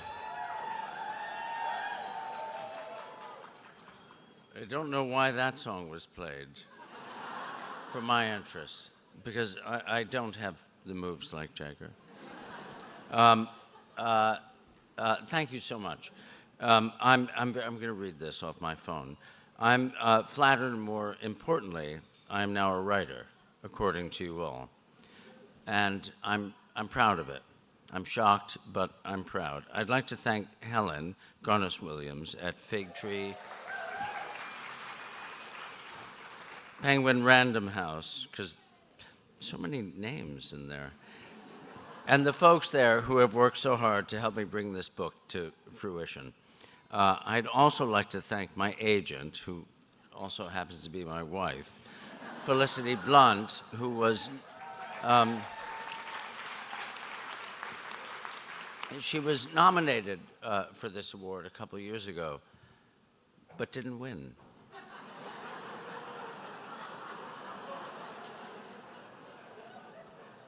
Maybe next year. She encouraged me to write this book. She helped me through this process with her intelligence, her talent, her caustic humor, and her kindness. I'm flattered to be amongst the other honorees tonight, and I thank you very much for this generous recognition of my thoughts, musings, experiences, fears, and hopes that ended up on paper. Thank you. Non-fiction, lifestyle and illustrated book of the year, Stanley Tucci, and What I Ate in 1 Year. And thanks to Hannah McInnes.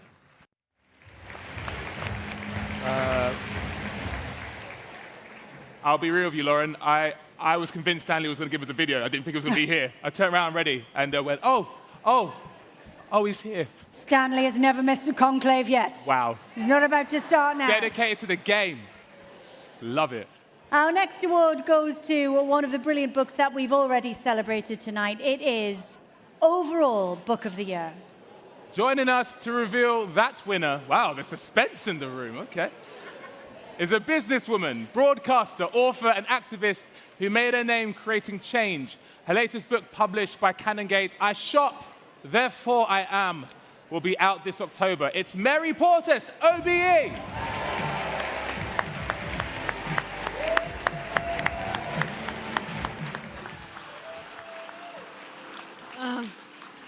Yeah, so my agent said to me, look, do this, Mary, because you've got your book out. And I said, oh, how many books do I have to read? And she said, it's only 7.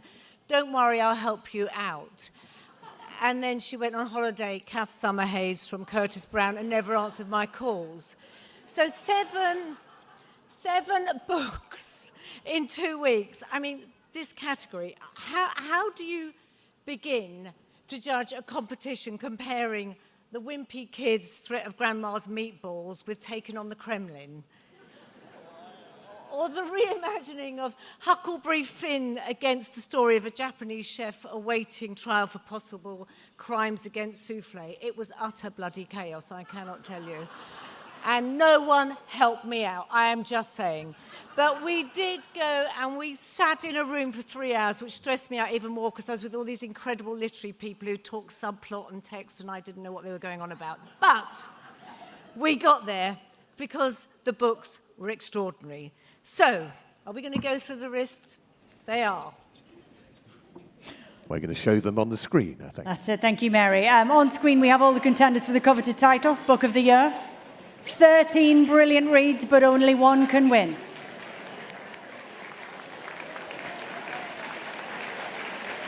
Mary, please reveal the overall Book of the Year for 2025. Look, I'm just going to put this one line in front. At a time when the bullies are back in the playground, we need this. It's Alexei Navalny's Patriot. And to collect the award, please welcome back Stuart Williams along with Hannah Telfer and Susanna Lee.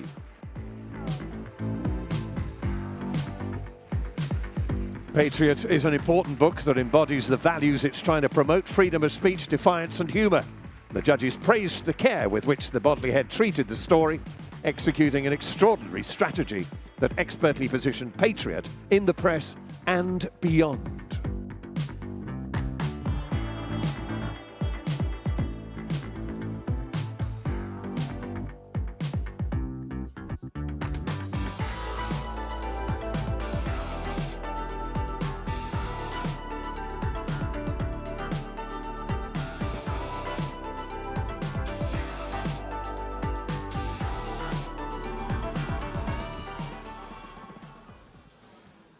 Good evening, everyone. I'm Hannah Telfer, I'm the Managing Director at Vintage, and congratulations to everyone who's in this category. When Stuart spoke earlier this evening, he was clear that the publication of Patriot was the work of many people, but that the words were Alexei Navalny's alone. Honouring Alexei's voice was the mission of everyone involved in the publishing of Patriot around the world. We were fortunate to be led by the formidable agenting partnership of Susanna Lee and Cathy Robbins, who held together this most complex and sensitive publishing choreography, and the intense global collaboration of editors, translators, printers, and publishing teams, including inventory management and IT security, who enabled Patriot to be published simultaneously around the world in 30 languages, including Russian. I want to recognise our translators, Arch Tate and Stephen Danziel in particular. However, crucially, at the heart of every publishing decision was Julia Laverne. Her courage and determination to ensure Patriot reaches the largest possible audience has been truly inspiring. Publishing Patriot reinforces the power of books in the fight for freedom of speech and demonstrates once more the unique ability of a book to sustain and carry a rallying cry of hope forward. Thank you to the extraordinary support of the journalists who have played such a significant role in amplifying Alexei's message. But Patriot is not a book to be put on a pedestal. It is a book to be read and to be passed on. And I want to thank all the booksellers who have championed Patriot already, and I hope that this award will help us reach even more readers. And I'm thrilled that Julia has been able to record this message for us this evening. I want to thank you from the bottom of my heart for this incredible recognition. when we learned that Patriot had won both non-fiction narrative award and the overall book of the year, we were overwhelmed. It's hard to express what this means, not just for me and for those who helped bring this book into the world, but for the memory of the man behind it. Thank you for this honor. This book was never meant to be published after Alexei's death. Alexei wrote it with all the strength, wit, and honesty that defined him. He wrote in secret, from a prison cell, under the most brutal conditions, with no access to books, to the internet, to anything but his own memory and will. And yet he created a manuscript that speaks with clarity and conviction, not only about Russia, but about freedom, justice, and what it means to remain human. After he was killed, publishing this book became more than a responsibility. It became a mission. I worked closely with his editors and friends to preserve every word, every sentence, just as he intended. I'm profoundly grateful for the compassion and solidarity with which readers around the world have embraced it. Receiving this award from across the book community, it's a powerful recognition of the strength of Alexei's voice. It tells us that truth still matters, that integrity matters, that words can break through even the hardest walls and reach hearts everywhere. I wish more than anything that Alexei could be here to accept this award himself. But I'm thankful, deeply thankful, that his voice continues to live, to travel, and to touch people. Patriot is not just the story of one man's life. It's a book about love, truth, and the unshakable belief that Russia can be free. Thank you for honoring this belief and for honoring Alexei. The British Book Awards overall book of the year, Patriot, Alexei Navalny, and thanks to Mary Portas.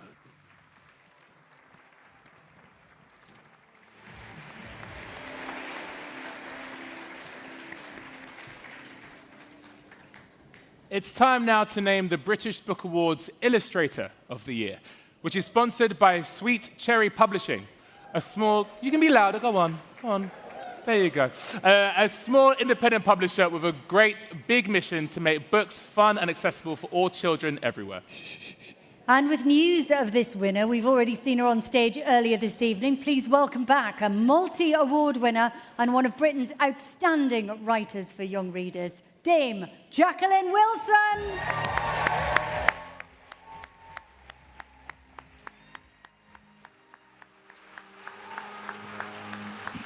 Hello, me again. I'm delighted to be asked to be the person to present the Illustrators of the Year Awards. Alice in Wonderland famously said, "What is the use of a book without pictures and conversation?" Well, I can do the conversation, but the illustrations are the thing that really attract a child or an adult to a book. That's what they see first. And so, the Illustrator of the Year, all the contenders for it Yes, and I'm going to tell you about that right now, actually. On the shortlist we have Rob Biddulph, Jim Field, Mariahu Ilastraho, Oliver Jeffers, Dav Pilkey, and Jamie Smart. So, Jacqueline, who takes the Illustrator of the Year trophy?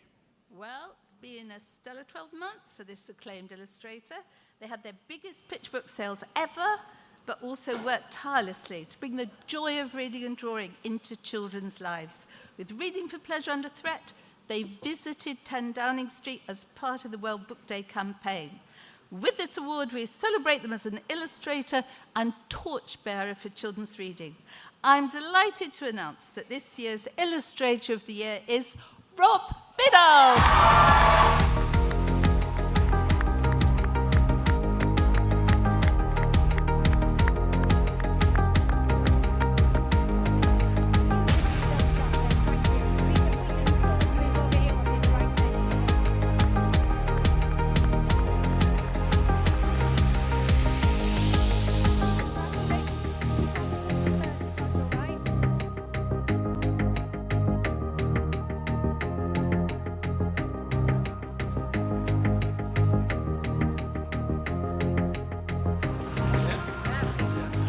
Wow.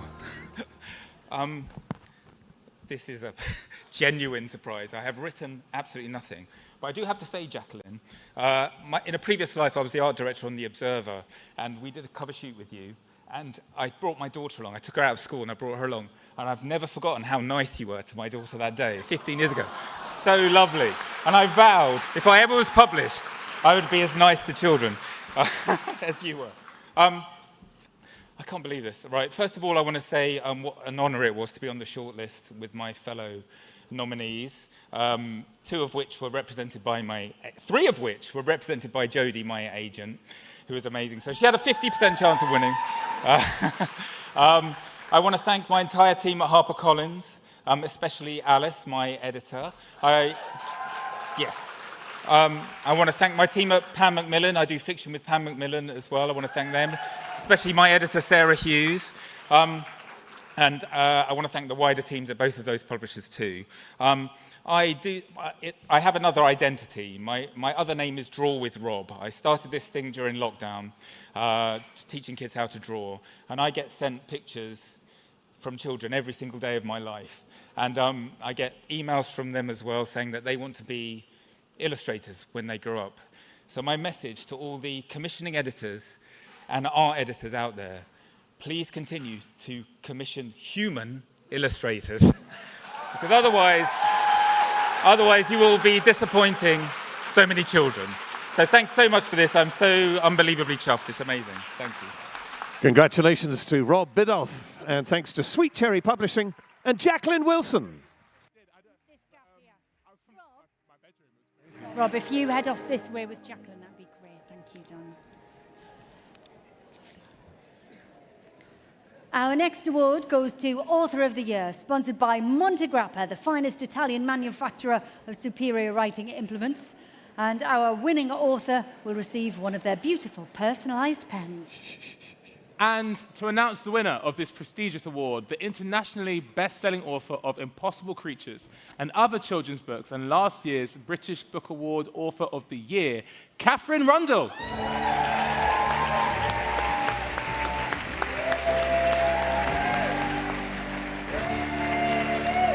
And on the shortlist for Author of the Year, we have Percival Everett, Sophie Kinsella, Linda LaPlante, Sarah J. Mass, David Nichols, and A.F. Stedman.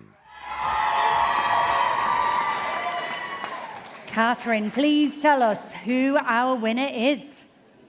It's such a joy to be presenting this award. The shortlist is truly formidable, and the winner is extraordinary. The past 12 months have cemented the winning author's position as one of the great literary novelists of our time. The publication of their latest book was met with universal critical acclaim and heralded as a modern classic by this year's judges. It will endure as a testament to the power of a book to leave you changed, a work of towering humanity and a salute to freedom. I'm thrilled to announce that the Author of the Year is Percival Everett.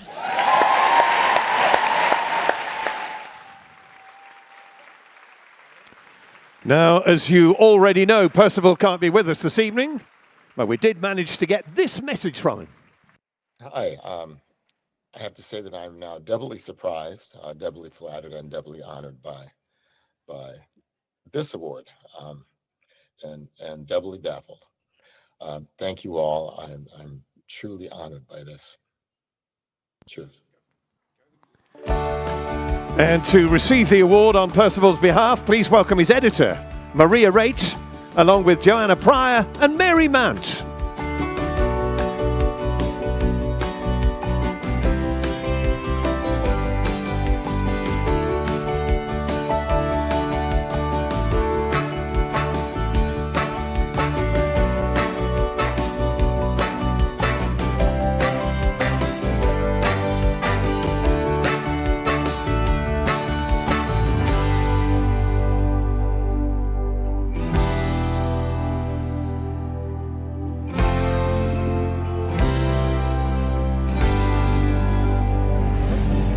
So are you here for Percival? Yeah. Would you like to say a few words? Thank you, everybody. I'm obviously not Maria. Maria has asked me to come up and just say a few words. Catherine said everything you could possibly say about the brilliance of Percival Everett. I just wanted to add to that a big thanks to Peter Strauss for bringing him to Pan Macmillan. And to thank Maria for publishing him so beautifully on Mantle, and to Mary for then doing the paperback on Picador. It's been an amazing partnership. And it's a novel that we've been so proud to publish. But it's Percival himself, it's the body of work that's being celebrated here. Because although not many people have read him really until James was published, he's actually the author of over 30 novels. So there's lots more to go and read after enjoying James. But thank you so much. It's been a pleasure to publish Percival Everett since the moment we had the chance to. And I hope we will do so for many years to come. Thank you. Congratulations to the British Book Awards 2025 Author of the Year, Percival Everett. And our thanks to Monty Grapper and Catherine Rundell.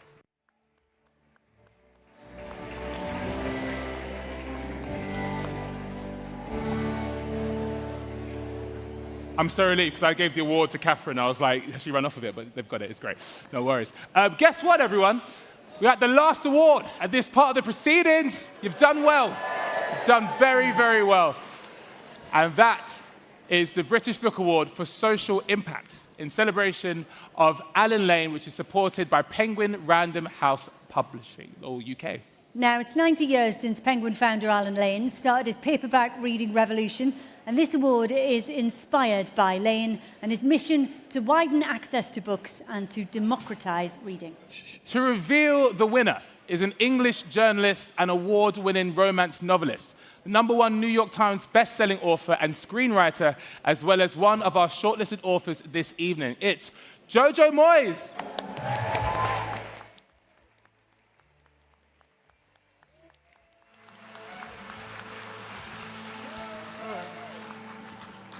Good evening, and don't worry everybody, food is coming. In 1934, a visit to Agatha Christie in Exeter left the young editor Alan Lane waiting for a train to take him home. At the station, he could only find shabby reprints of shoddy novels or expensive hardbacks to while away his journey. He had a light bulb moment. He would provide what was missing on that and every station: quality literature in paperback to be sold at no more than the cost of a 10-pack of cigarettes. What followed showed the plucky entrepreneurial spirit that Alan Lane became known for. He, alongside his brothers and a brilliant young designer called Edward Young, went about securing the rights to novels and coming up with a brand and a design system for their new venture. In 1935, the first 10 Penguin paperbacks were published. Just a year later, 3 million Penguins had made their way onto our shelves.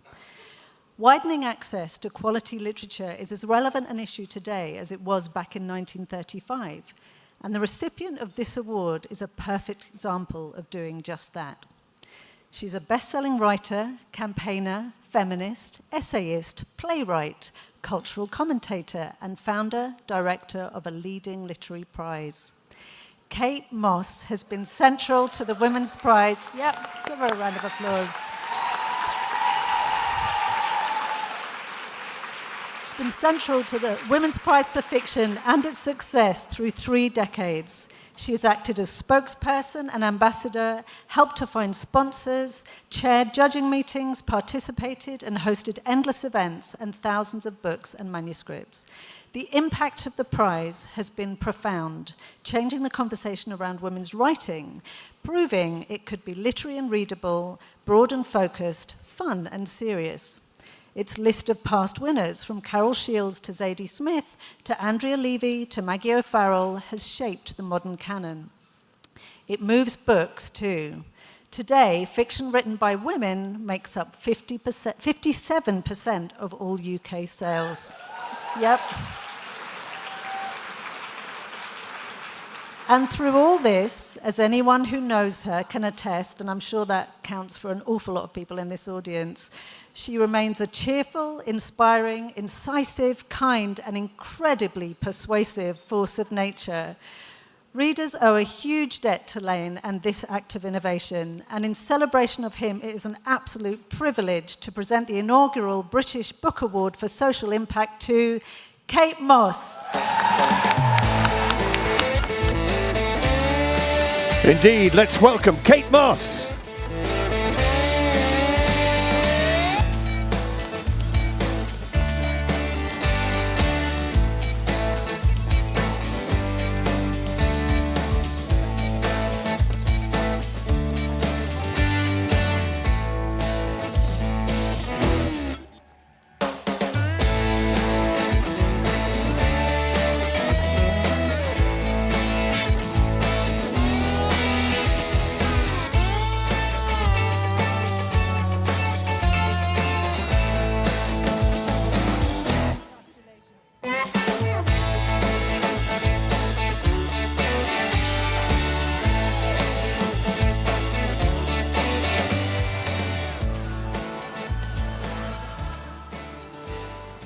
Well, I am rarely lost for words, but I am a little bit lost for words. All Philip Jones said was, "You might be on the stage."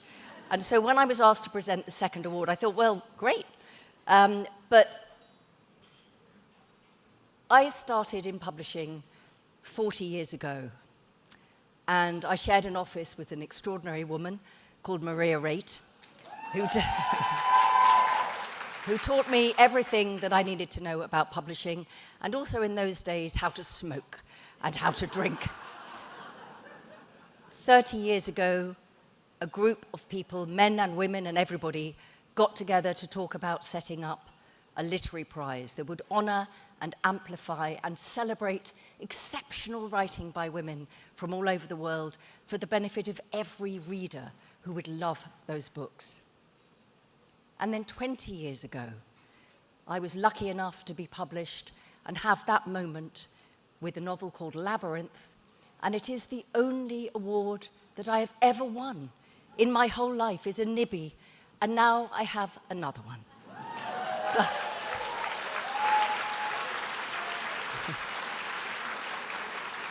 But the thing is about the Women's Prize, about everything that we're doing here this evening, is that it's never one person. It's everybody that's behind the scenes. All of the people that I've been lucky enough to work with as an author at Virago, at Orion, at Hodder, my wonderful publishers, Macmillan. Everybody who was involved in the Women's Prize, there have been so many beautiful comments, important comments made from the stage. But I think it was the great American writer who was also a priest, who was also a freedom writer called Pauli Murray, who said that she had lived to see her lost causes found. And that is the point about the Women's Prize and about everything. That in the end, history catches up. The only thing that any of us can do is believe and have the courage of our convictions. And when people tell you you're wrong, or you shouldn't do that, or you shouldn't publish that person, or you should ignore that person, if you shouldn't behave fairly, if you shouldn't believe in justice, if you shouldn't believe in everybody being treated equally, we must have the courage to say, we don't think that. And so to all the people who have published me, but in particular my agent, Mark Lucas, who has been on this journey for a very, very long time and was in fact the person who challenged me to write when I was moaning that there wasn't a book that I wanted to read. He said, why don't you just write it? To everybody that I'm working with now at Macmillan who are just wonderful and have the courage to publish books that people don't want them to publish. To everybody at Orion, thank you. But for the Women's Prize, there are so many people, men, women, everybody, who've been part of that. In the very early days, the great Jane Gregory, Claire Alexander, Susan Sandon, extraordinary first chair of the Trust, Joanna Pryor, now the brilliant director, Claire Shanahan, and our current chair, Anna Rafferty. But I want to say one last thing before I release you to your food. And it's this. We know that we are living in extraordinary times. As a writer of historical fiction, when I first was doing this, I would say, we don't know we're living through history. But we do now. And we know what is happening. Many people have mentioned many of the very difficult and awful things that are happening now. But the thing is this. We know what tyranny looks like because books and authors have shown us. We know what genocide looks like, what femicide looks like, what unfairness looks like, because books have shown us. Because in the end, words are our only defense against the lies of history. And with the Women's Prize, when people said, if women were any good, they would win the real prizes, we were able to say, okay, but have you read these books? So I suppose using this moment to salute everybody for the Women's Prize, but everybody in this room, we cannot be bystanders. We must use our voices and our power to turn back the tide of what is happening, because in the end, it will change and it will fall. History is a pendulum. But every single one of us in this room can make a difference. And in the end, it is books and our courage and making sure that we make platforms for people to publish the most extraordinary truth-telling stuff is what will make the difference. So although I am incredibly honored to win this first award, and to get it from my lovely friend is particularly special, I'm glad to be here to say thank you to everybody, and the journey is not yet over. And a final thank you. Everything that I have done is because of a boy that I met at school when I was 15, my husband Greg, who has played a huge role in every book I've written. He is the unsung heroine of the Women's Prize, and God does he regret that. And he is an author too, but it's back to the idea. Some of us are campaigners and stand on a stage and speak, and some of you are quiet revolutionaries and do what you do without any fanfare. But every single one of us can make a difference. So thank you for this honor. Thank you, Philip, for these amazing awards. And now, my friends, it is time to feast. Thank you. Congratulations to the recipient of the British Book Award for Social Impact in celebration of Alan Lane, Kate Moss. And our thanks to Penguin Random House for supporting this award, and Jojo Moyes.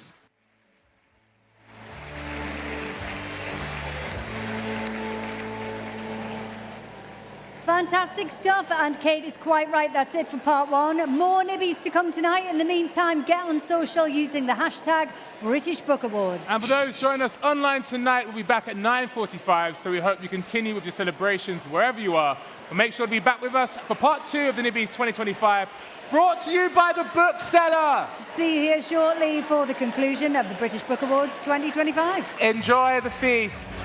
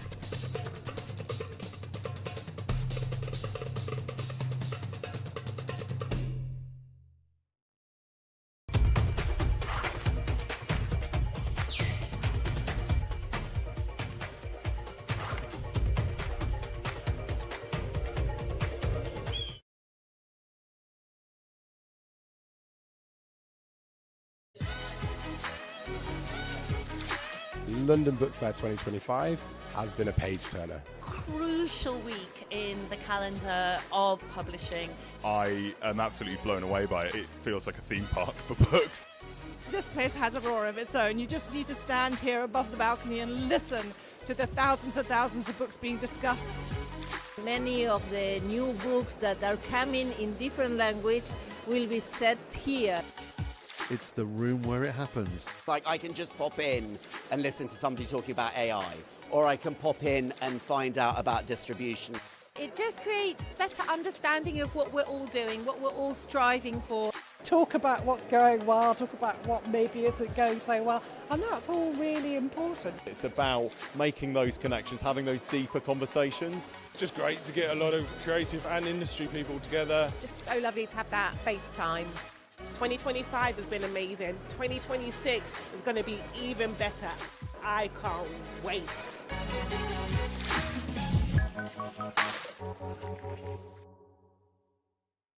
You combed through every last piece of evidence. You made the final, impossible connection.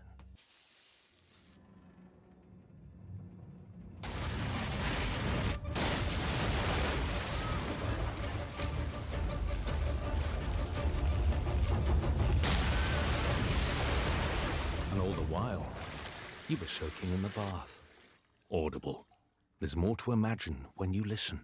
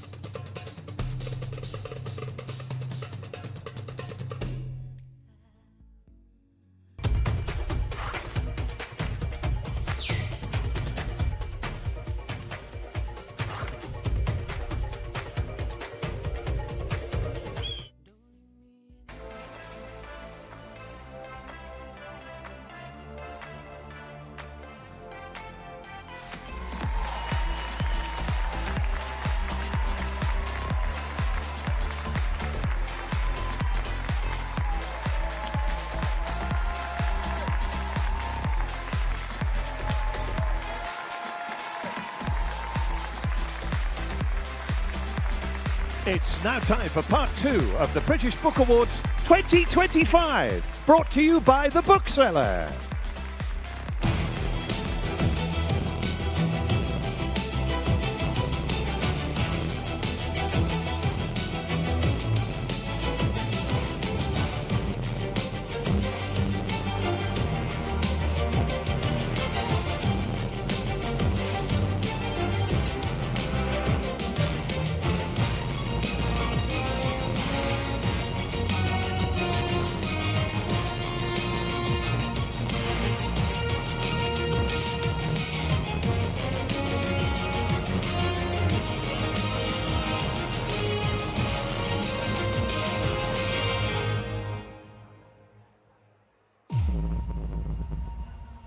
Please welcome back Laverne and Rhys Stephenson.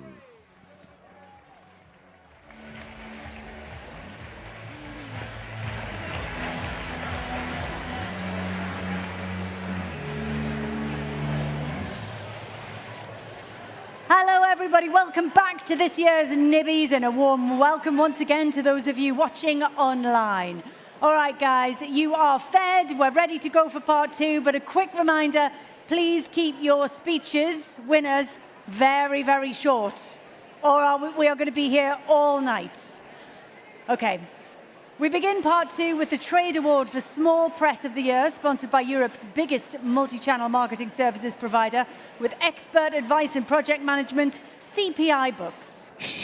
All 10 shortlisted businesses have triumphed from a field of 46 in regional and country awards, and each celebrates the independent presses delivering imaginative, forward-looking and diverse publishing. And on the shortlist here, 404 Inc., Author in Me, Banshee Press, Bedford Square Publishers, The speech reminder here. Blue Moose Books, Dead Ink Books, From You to Me, Seren Books, Sweet Cherry Publishing, and Verve Books. But there can only be one winner, and again, to that one winner, just keep the speech just short. Really appreciate that. Claiming the award for Small Press of the Year is Sweet Cherry Publishing. Please welcome publisher Sanjay De Silva. Now, the story here is that Sweet Cherry experienced significant growth last year, thanks to school and library suppliers, Amazon and exports in over 30 countries. Their inclusion efforts, including the launch of Every Cherry, aimed at children with special educational needs and disabilities, further boosted their performance.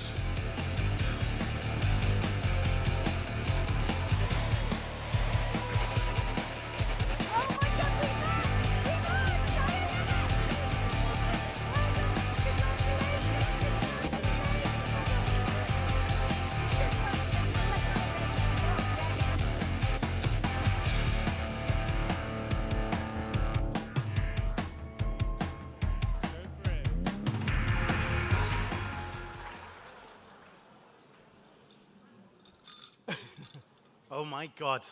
They made a big mistake letting us on stage. You really have? Oh my God. I've not prepared anything. Sanjay, I really hope you have. No, neither of us have. Well, it's genuinely a real shocker. Do you want to say it? Go. Well, Sweet Cherry Publishing, I just want to first of all say thank you to absolutely every one of you that's in this room. Without you guys, without you booksellers, without the libraries, without the whole industry, we would not be here. I also want to say thank you to Sanjay. He is the most amazing publisher. He brings life, he brings happiness, and he comes from fashion. He doesn't even come from publishing. I met him about 5 years ago, and I turned around and said, do you know what? This human being, if I bring him into my business, he is going to really put us on the map. And guess what? This award here, Sanjay. Well done. Hi, Alice. I just want to say that it's fine that he brought me in, but it's the support of this visionary to allow me to genuinely have the free reign to do whatever I want. And that meant that I get to go out there and meet these amazing human beings and give them the exact same opportunity that this man gave to me. So I want to say thank you to all my team, the ones who are here, ones who are past, ones who are present, and for everyone at home in Leicester. We're going to bring this back home to you. Thank you. Tonight's award for Small Press of the Year to Sweet Cherry Publishing.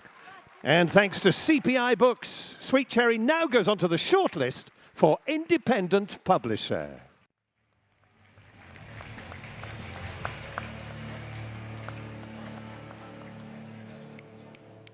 Outfit. Outfit. Yes, outfit. 10.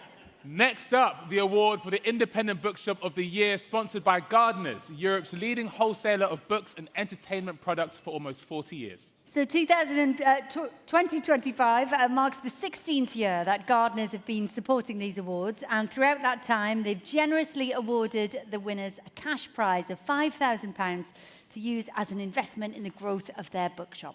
And to make the presentation, we welcome Gardeners' Chief Sales Officer, Nigel Wyman.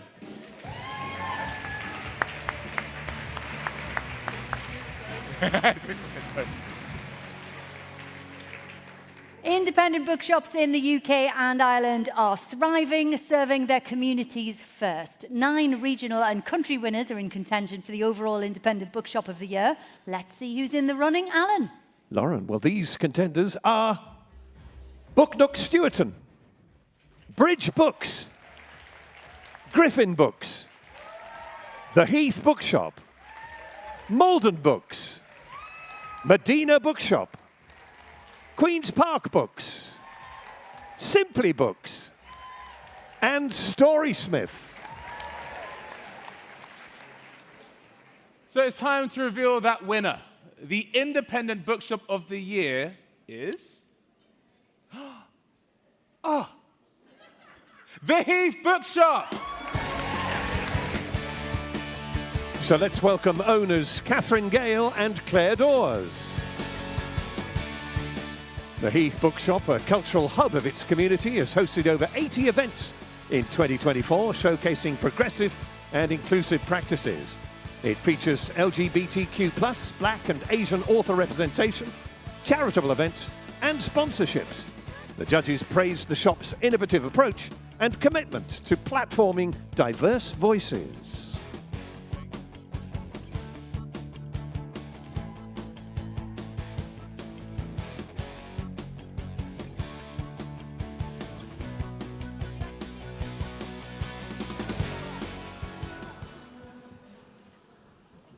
Oh my gosh, thank you so much. This is, I think we might cry.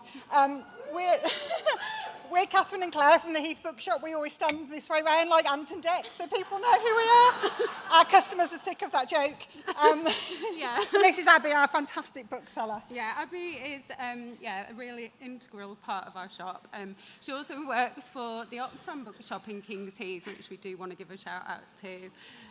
We had a few thank yous. Yeah, thank you to the other bookshops in Birmingham who are like a family to us. And also shout out to Mostly Books who've been there from the beginning for us.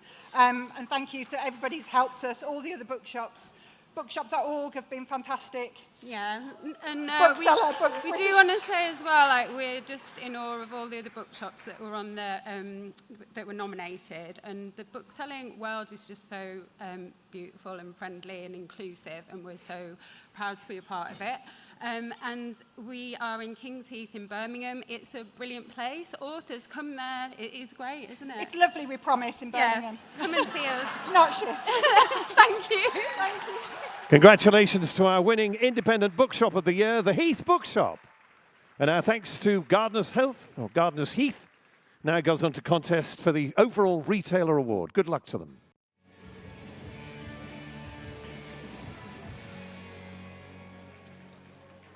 Up next, we enter the world of academic, educational and professional publishing. This award is sponsored by the Publishers Association, the member organisation, rowdy table, member organisation for UK publishing, representing companies of all sizes and specialisms.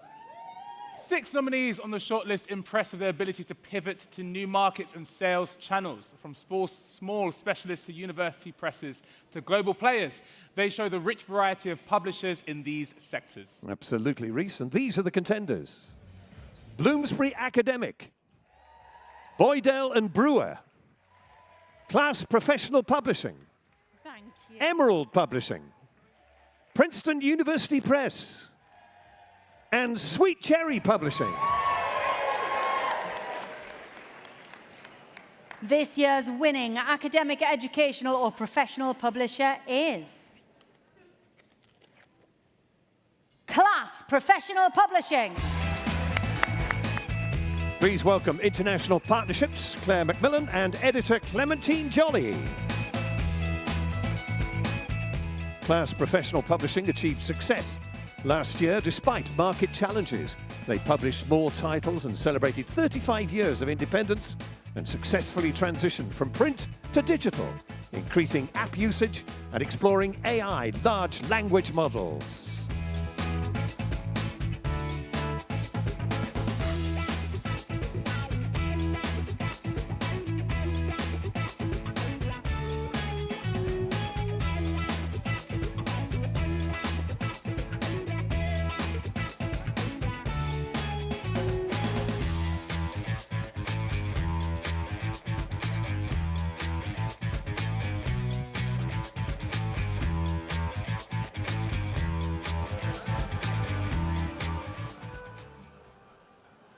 Wow, gosh.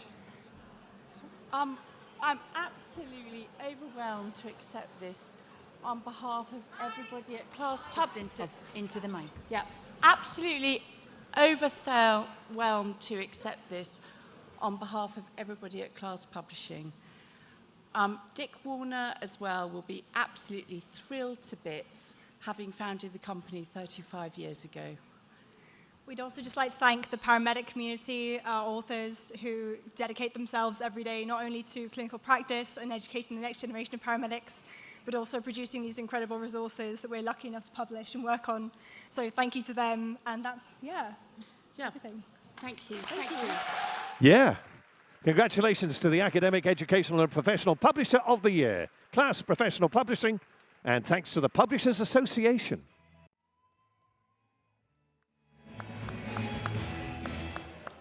You guys are keeping these speeches meaningful and quick. Concise. Loving this. It's good. Very good. It's now time to name 2025's Rights Professional of the Year. This award is sponsored by the Sharjah Book Authority, hosts of the Sharjah International Book Fair, with its mission to create a nation of readers.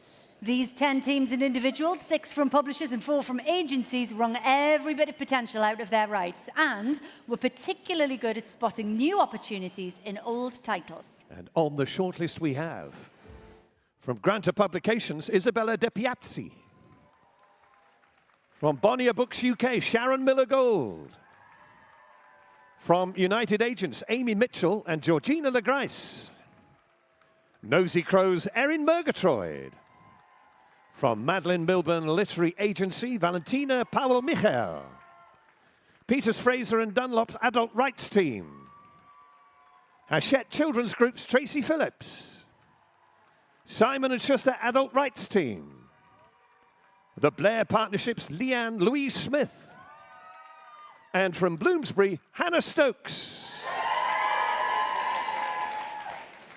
Which of those is about to be named the British Book Awards Rights Professional of the Year? Get out. It's Simon & Schuster Adult Rights Team! Please welcome Amy Fletcher and Ben Phillips. Simon & Schuster's Adult Rights Team, led by Amy Fletcher and Ben Phillips, achieved a record business volume in 2024, doubling rights income and nearly quadrupling translation deals. The team transitioned from co-agenting to direct market handling, connecting authors with overseas publishers, retailers, and media.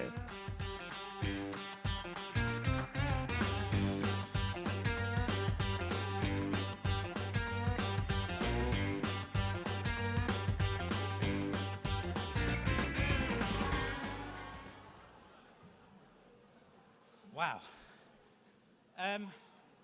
Thank you so much. This is completely unexpected. Thank you to the bookseller and to all the judges who've honoured us with this.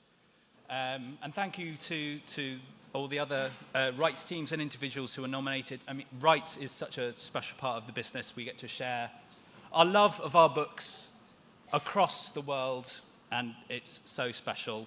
Thank you to everyone at Simon & Schuster, across the adult and children's team, particularly the senior management, Ian, Beminda, Suzanne, Rachel. Thank you so much for all your encouragement and support. Thank you to the rest of the UK children's rights team, to our wonderful group rights director, Maud, to Emma and Theo and Tanya, Namrata, Emma and Helena. Thank you so much. You're amazing to work with, and we're so happy to win this on behalf of the Simon & Schuster rights team. Amy. And most of all, thank you so much to all of our amazing editors and authors for all of the incredible books that we've had to sell. Thank you very much. Thank you. Congratulations to the Rights Professionals of the Year, Simon & Schuster Adult Rights Team, Amy Fletcher and Ben Phillips, and thanks to the Sharjah Book Authority.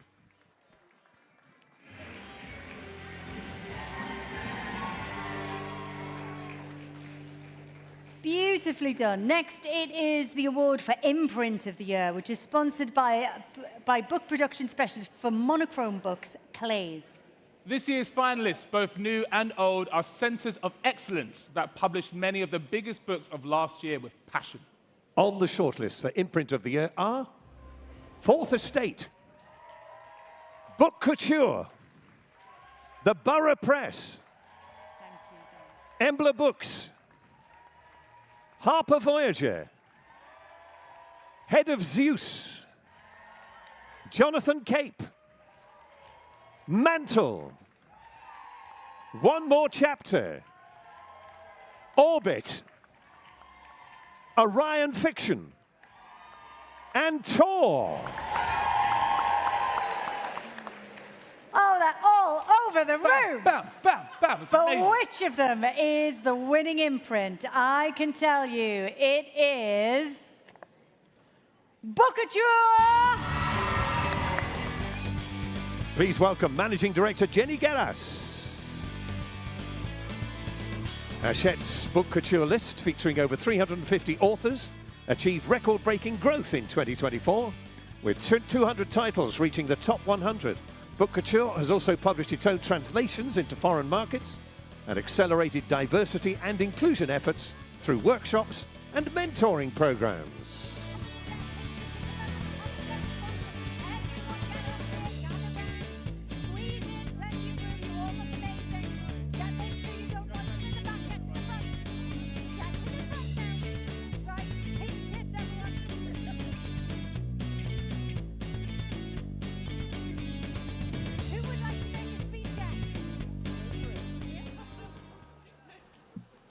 Oh, thank you so much. That is such an honour for us to win from such a stellar shortlist.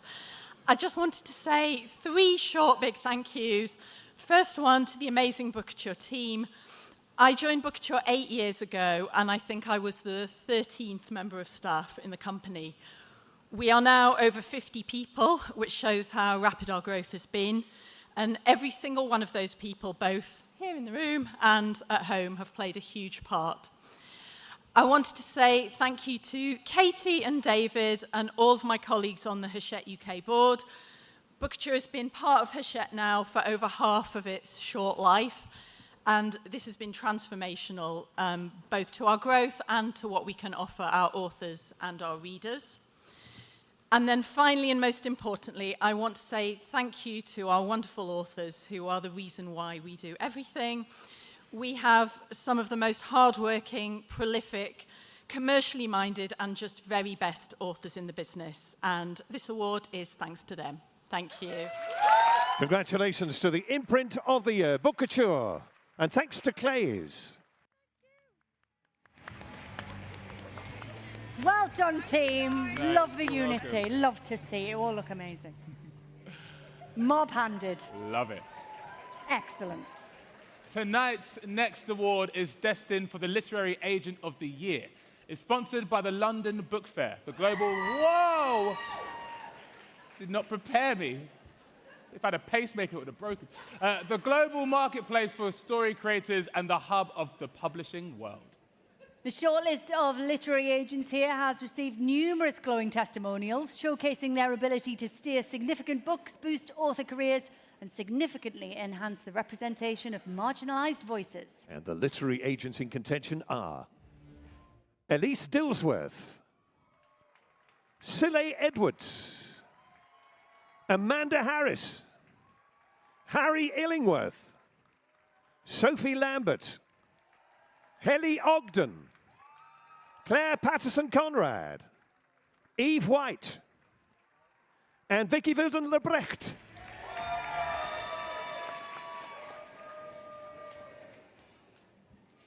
But from those brilliant contenders, taking the trophy and title Literary Agent of the Year is... I don't have the envelope. So I was really hoping it was, hello. Oh my gosh. I was like, it will come to me. Just building up suspense, Pete. I was going to play the spoons. I was just waiting. The winner is, it's Amanda Harris. Worth the wait.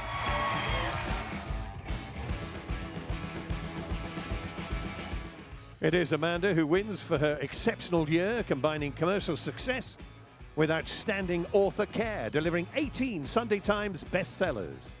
Her proactive, author-centric approach and her 14 years at Orion make her a valuable collaborator for publishers.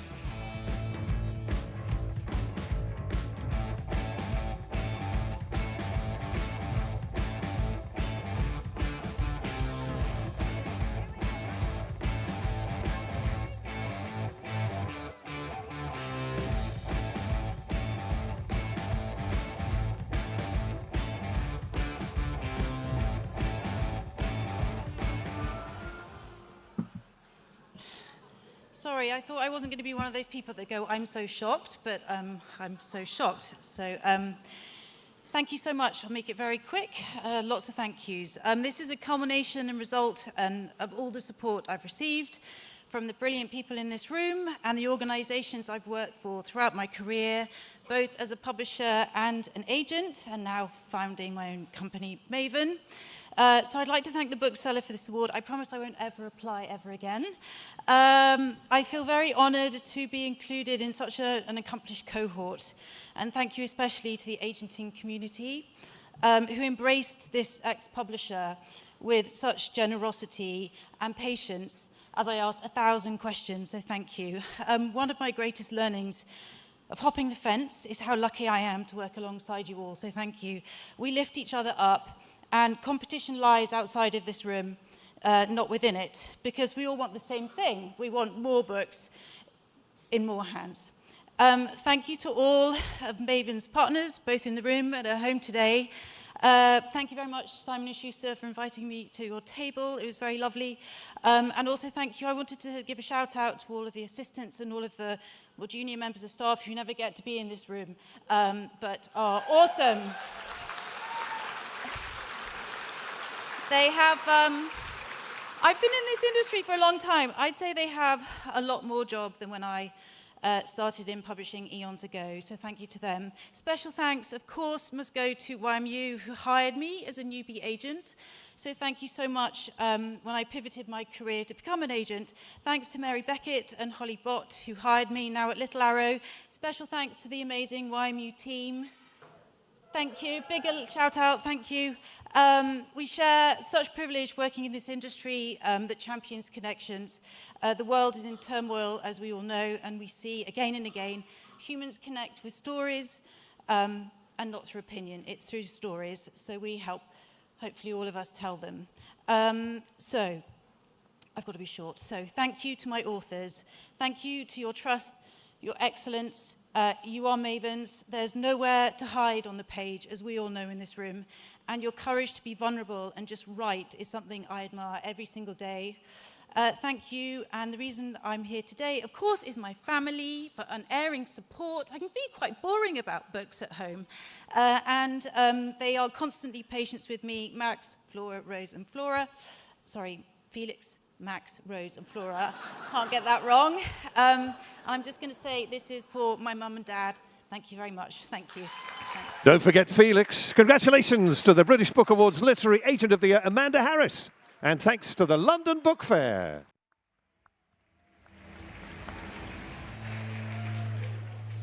Okay, up next we are announcing the British Book Awards Editor of the Year, sponsored by YMU, a market-leading agency specialising in premium brand and platform representation for award-winning writers, authors and creatives. 9 talented individuals contributed to 2024's most successful titles, and the enthusiastic testimonials for these nominees are a testament to the life-changing impact that great editors can have on their authors. And on the shortlist for Editor of the Year are Federico Andonino, Ruth Bennett, Ellen Gleeson, Charlotte Mersel, Maria Raitt, James Roxburgh, Isabel Wall, Kashani Widyaratne, and finally Rowan Yap. But we need a winner, and which of them will become Editor of the Year? I can tell you it's Isabel Wall. It is Isabel who wins the Nibby for Editor of the Year award after a 12-month period of editorial work that led to critical and mass-market acclaim for her authors. Her ability to work with committed, passionate, thoughtful, intelligent, and sensitive authors has earned her a competitive edge and some superb results.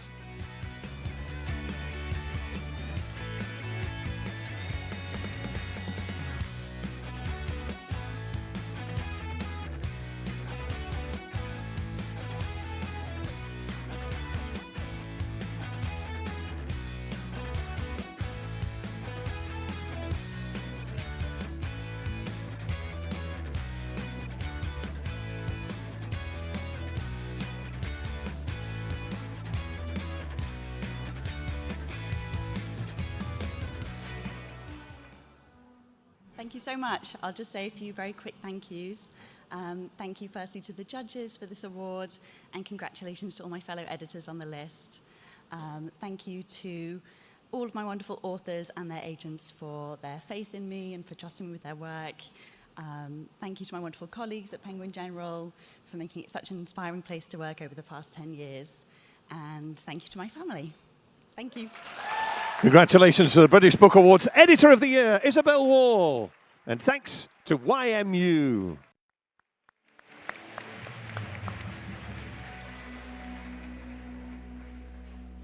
Our next award goes to Children's Bookseller of the Year. This award is sponsored by Macmillan Children's Books, creator and publisher of absorbing tales for children of all ages. Spending pressures, competing media, and rising costs were among the many challenges over the last year. But these 8 small businesses exemplify the invaluable work of children's booksellers in engaging all children and fostering future book buyers. And those children's booksellers are Books to Door, the Children's Bookshop in Muswell Hill, the Edinburgh Bookshop, Kibworth Books, the National Trust, Nomad Books, Tales for Tadpoles, Waterstones, and Wonderland Bookshop. Well, taking the award for Children's Bookseller of the Year, it's Wonderland Bookshop! On stage, please, owner Helen Tamblin-Saville. In 2024, the Wonderland Bookshop celebrated its 5-year anniversary, welcoming around 20 authors and collaborating with dozens of schools. The shop supported one school through a book drive and provided free books to underprivileged students through a Pay It Forward scheme.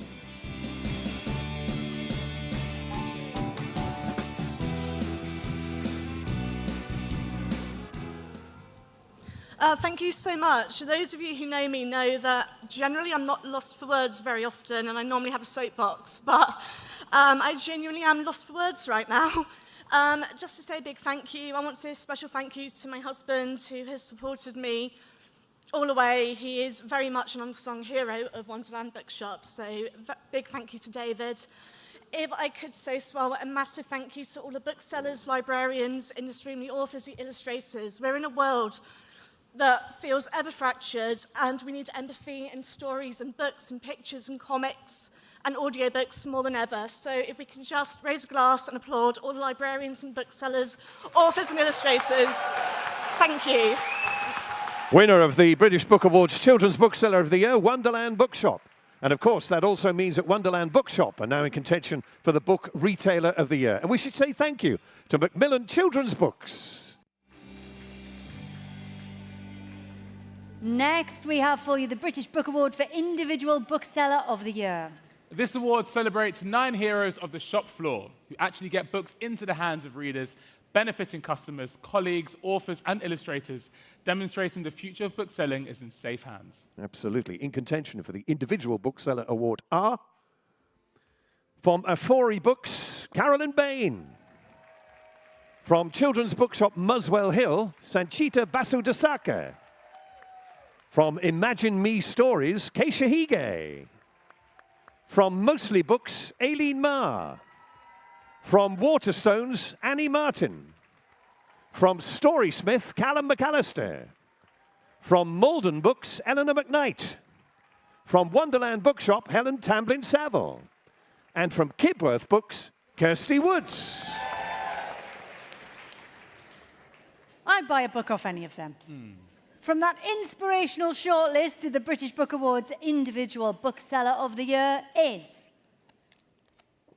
Carolyn Bain. And indeed, let's welcome founder Carolyn Bain to the stage. Carolyn's been named Individual Bookseller of the Year for the second time in 3 years for her significant contributions to the community, authors, diversity, and freedom of speech. She's transformed Afrori Books in Brighton into a cultural and social movement, resulting in significant sales growth in 2024.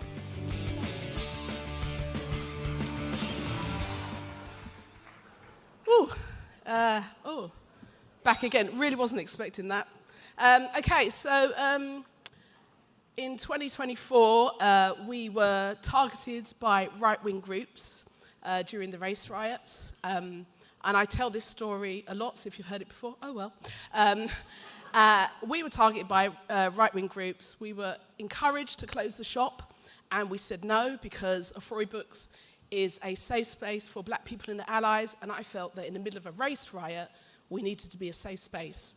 At 3 o'clock that afternoon, an old lady came into my shop with a little bag, and I said, hey, regular customer, what are you doing here? Should I have brought my crochet?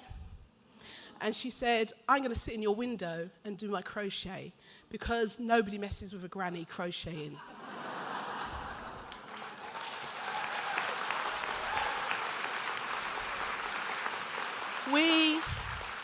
We are living in a terrifying world. We're living in a world where sometimes I'm scared to go to work to sell books. We've had a terrible year with racists targeting the shop, like I said, for the past year. But that granny, she used her privilege.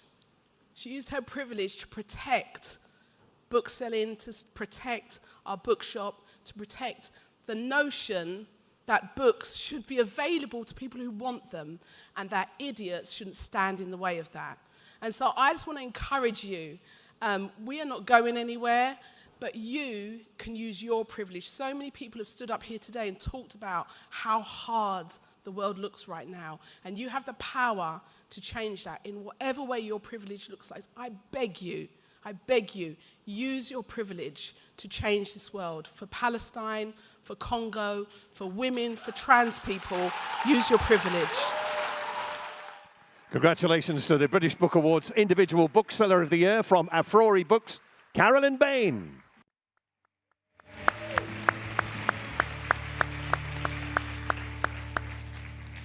Wonderfully said. I've never met a woman crocheting. I don't know about you. Never. I've never done it. They've got a hook. Yeah, I'm not doing that. I care about my life. We come now to the British Book Awards Children's Publisher of the Year, sponsored by Publiship, a dedicated logistics partner handling only books, delivering with care, reliability and personal service built on 40 years of specialist expertise. The children's market wasn't easy in 2024, with growing concerns about a drop in children reading for pleasure. Nevertheless, there were some big winners and flourishing categories, especially preschool, comic books and young adults. And the finalists are Bonnier Books UK, David Fickling Books, Magic Cat Publishing, Nosy Crow, Scholastic, Simon & Schuster, Sweet Cherry Publishing, Usborne, and Wonderbly.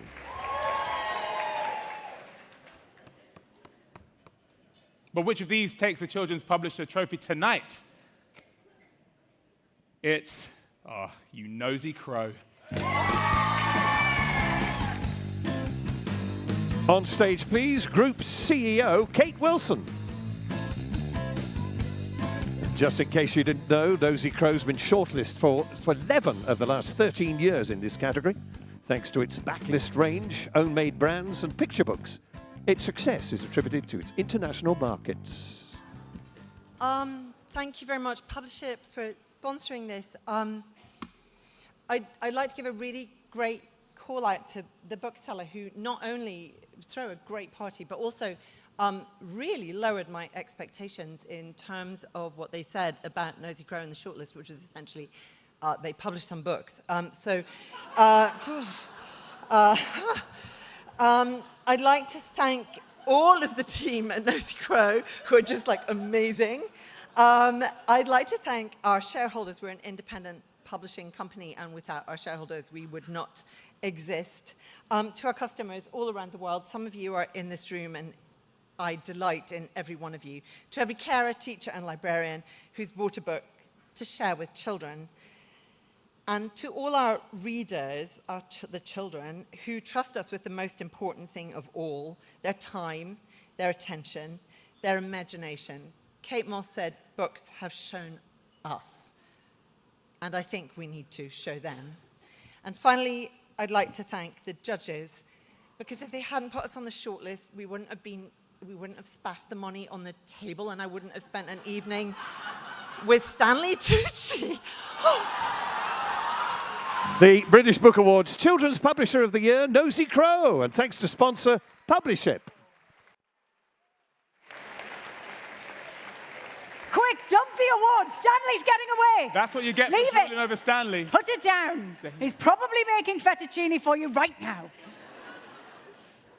Moving on to the award for export now, sponsored by the Woodland Group, the leading global supply chain partner to the print and publishing industry. Despite challenges in production and distribution and micro pressures in many markets, these 5 big publishers all delivered substantial increases and a superb service. These are the export contenders. Bonnier Books UK, Bloomsbury, HarperCollins, Hachette, and Penguin Random House. But who claims the 2025 British Book Award for export? The winner is Bonnier Books UK! On stage, please, International Sales Director, Stacey Hamilton. Bonnier's sales reached their highest level in 2024, with new genres like Japanese fiction and fantasy gaining popularity. The division's international sales team was praised for their agility, knowledge, and care for booksellers. The judges attributed their team's success to their strong connection with readers worldwide.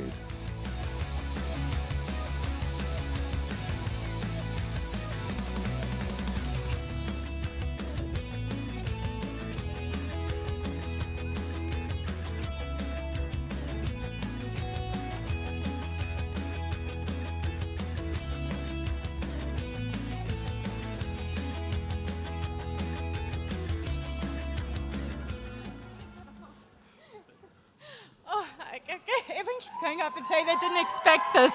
And I didn't expect this, and my daughter's watching at home, so hi, Zoe.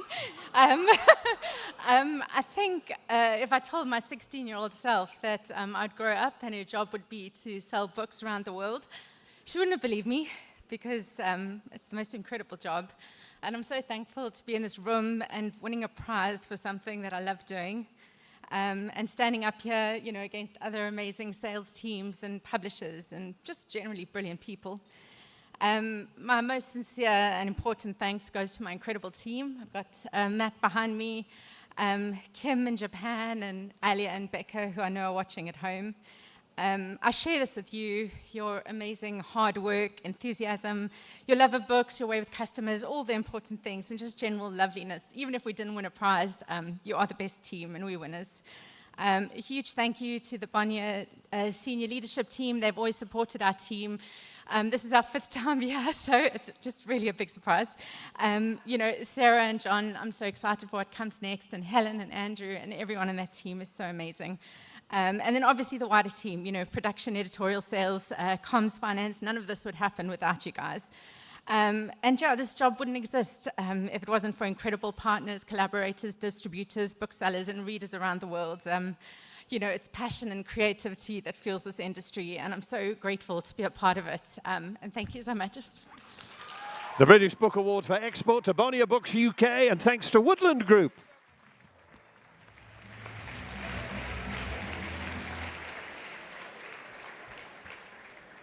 Our next presentation is to the Independent Publisher of the Year, an award recognizing the importance of independent publishing. It's sponsored by the fulfillment solution enabling publishers to sell ebooks and audiobooks directly to readers, Glassbox. The market was tough for smaller businesses in 2024, but from a centuries-old name down to 4-year-olds and from mass-market fiction to the niches, this shortlist displays the remarkable diversity of independent publishing.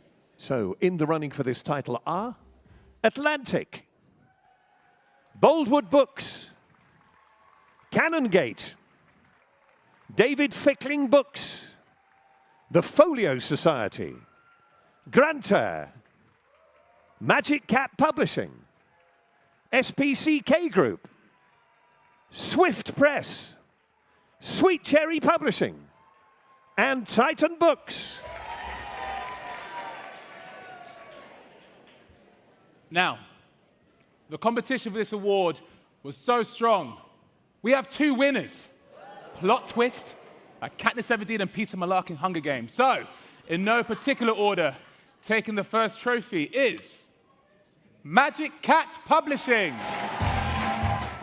Please welcome Creative Director Jenny Broom and Managing Director Rachel Williams. Magic Cat experienced extraordinary growth in 2024, with sales soaring by 1/3.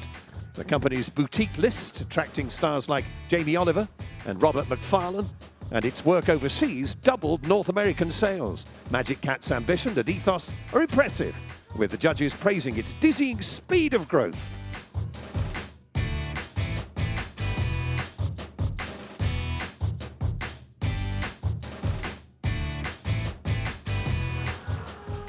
Wow. My business partner's on a train on the way home. But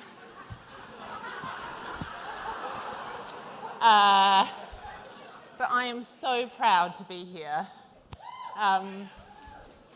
The indies in this room know what it's like to make books and like push that boulder up the hill every day. And I still think that the best books are published by the independents in this room. I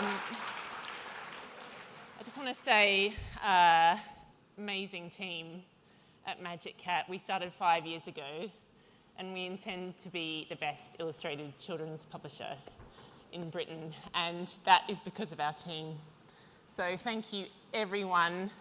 Mandy, you are our fairy godmother, and we are a group of women trying to make the best books for kids and families, so thanks so much. Congratulations to Independent Publisher of the Year, Magic Cat Publishing.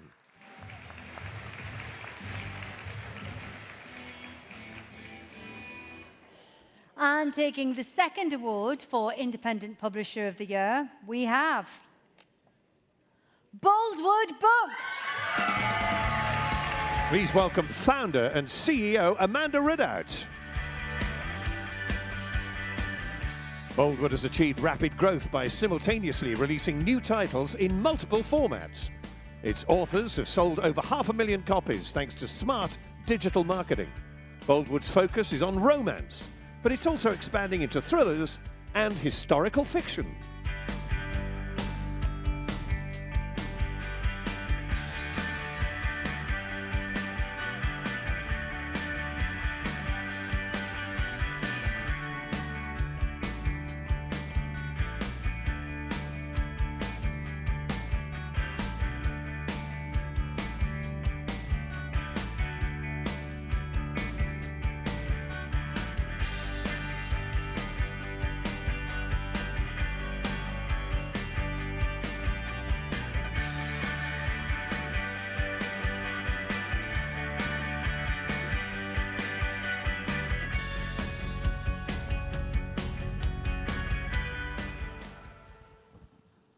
Well, how thrilling is this? Great. Thank you so very, very much, everyone. This is amazing.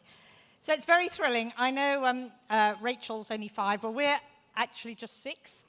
And how amazing to be given this award. 2 years ago, we got the Nursery Award, the Small Press Award, and we were really thrilled with that. But now we're obviously in the big league, and that is testimony to what so many people have helped us achieve.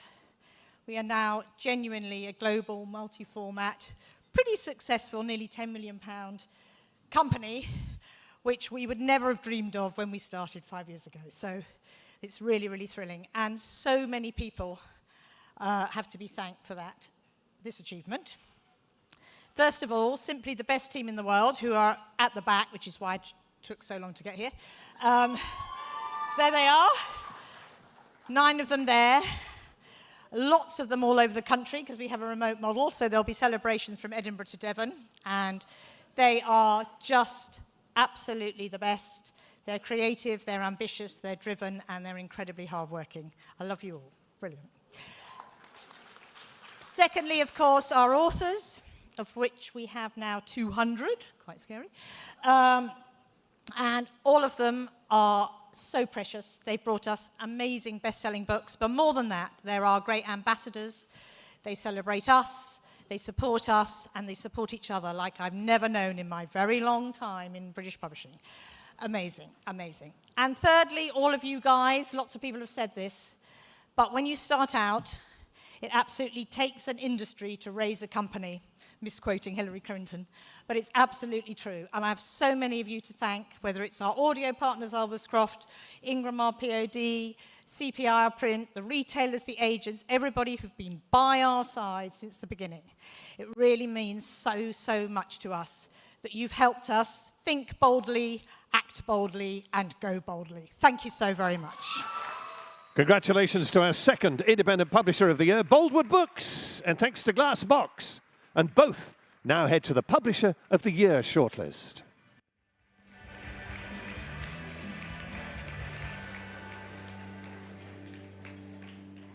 Next, we have the all-important and coveted award for Book Retailer of the Year, sponsored by Penguin Random House, home to some of the most celebrated authors around the world. They make books for everyone because a book can change anyone. The UK's print book market struggled in 2024, but you wouldn't know it from these retailers. They combine internet stores with big high street names and independents whose creativity and commercial acumen earned them a spot on this exceptional shortlist. And in contention for this award are Books to Door, Bookshop.org, The Heath Bookshop, Waterstones, Wonderland Bookshop, The Works, and World of Books. Some strong contenders there, but taking the Book Retailer title, it's Waterstones. Please welcome Chief Operating Officer Kate Skipper. Waterstones has experienced a 17% increase in sales in its latest reporting period, 2024 saw over 1,000 book and author events and 8 new shops. Publishers praised Waterstones for championing debuts, mid-list literary names, and translated fiction.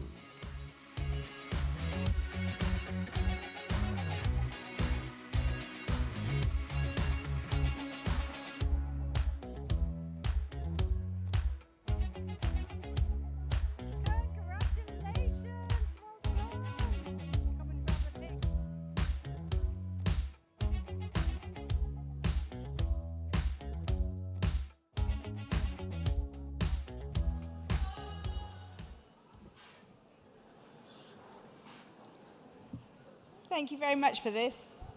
We are incredibly proud of our 3,000 booksellers who tirelessly champion books within their own communities. The power of booksellers putting books into people's hands, creating bestsellers, and serving readers through human connection never ceases to amaze, and is something which seems unlikely to be matched by the power of AI just yet. We have a lot of friends in this room, and we're immensely grateful for the support and partnership we have across the industry. So many people work closely with our fantastic head office team, who support the book selling in our shops and online so brilliantly. I'm delighted to accept this award on their and our booksellers' behalf. Thank you. Congratulations to the Book Retailer of the Year, Waterstones. And thanks to Penguin Random House.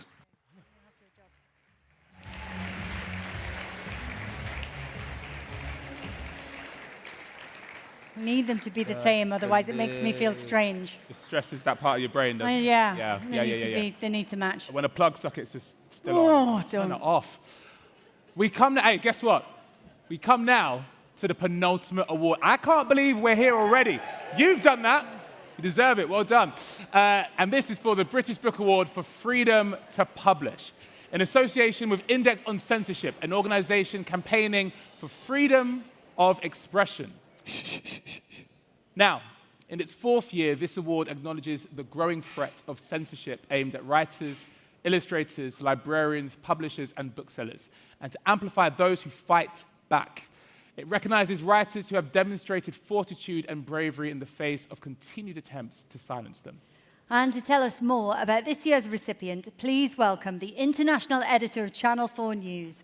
Her latest book, I Brought the War With Me, Stories and Poems from the Front Line, was published by Chatto this month, and she was just with me on a desert island the other week. Please welcome Lindsay Hilsum. Hello again. Hello.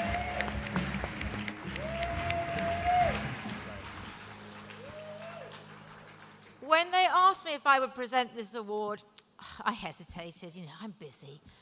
When they told me who'd won it, I stopped hesitating, because there is no more important writer of our time and for our time than Margaret Atwood.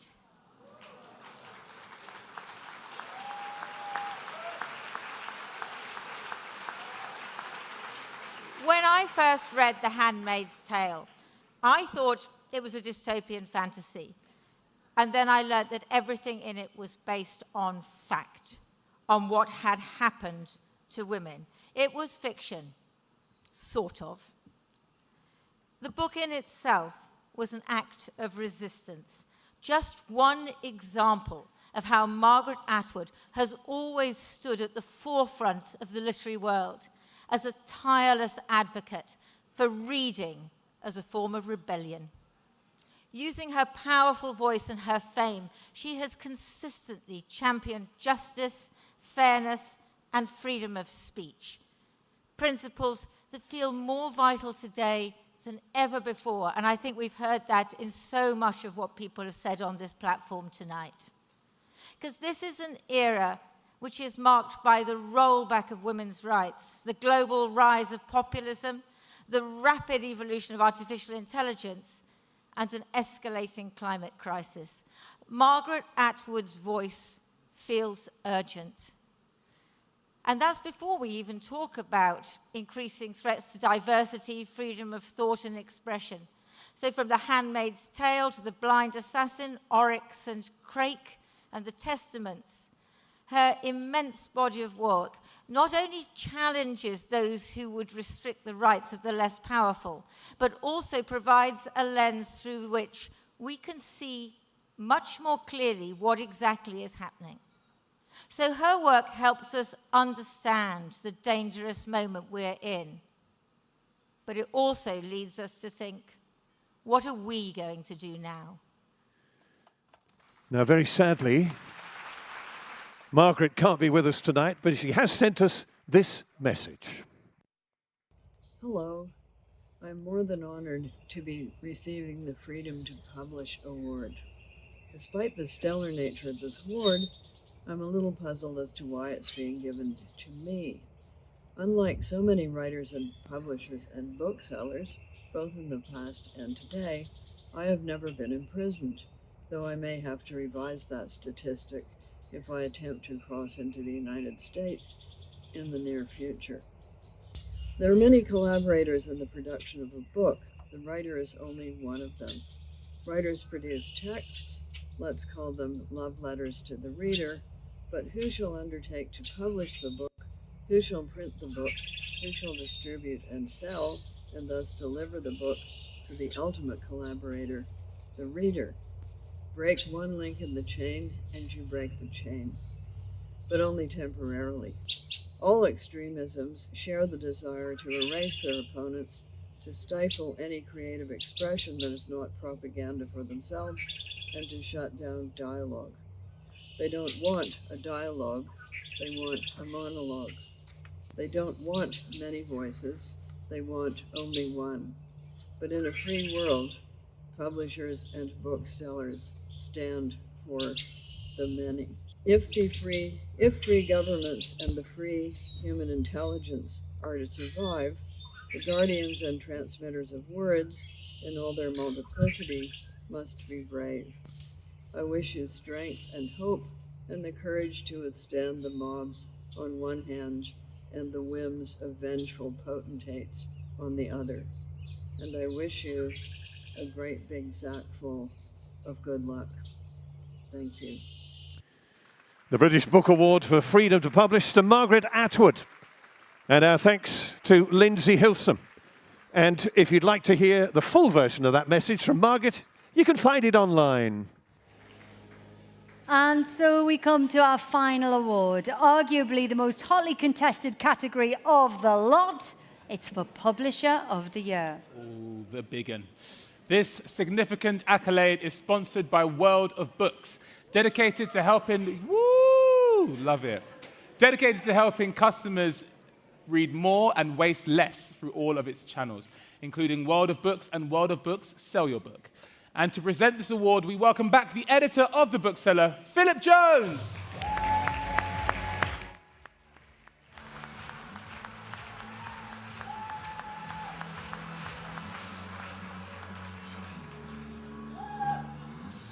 Thank you, thank you. What a wonderful evening.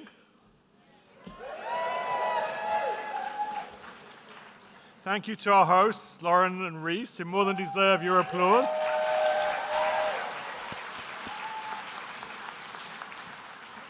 And thank you to the bookseller and the wider Nibbies team for bringing this together. Their dedication to these awards never ceases to impress me.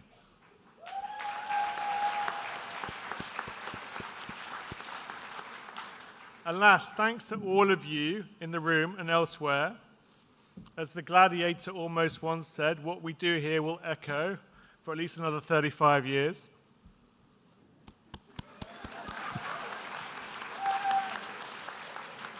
And Alan, our final shortlist. Absolutely, thanks, Philip. And our final shortlist for Publisher of the Year are Bloomsbury Adult, Boldwood, Canongate, Cornerstone, HarperCollins, Little Brown, Magic Cat Publishing, Orion, Pan Macmillan, Penguin General, Vintage, and Wonderbly.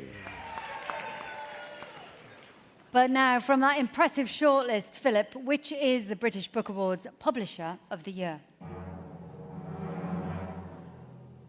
It is Bloomsbury Adult. It is. Please welcome founder and CEO Nigel Newton, Managing Director Consumer Publishing Ian Hudson, and Managing Director Group Sales and Marketing Kathleen Farrow. Bloomsbury's adult division wins the Nibbies for their 2024 TCM sales, ebook sales and international growth. Their long-term brand building and strategic investment in vision, infrastructure, diversity and sustainability contributed to their success, and the judges praised their energy and passion.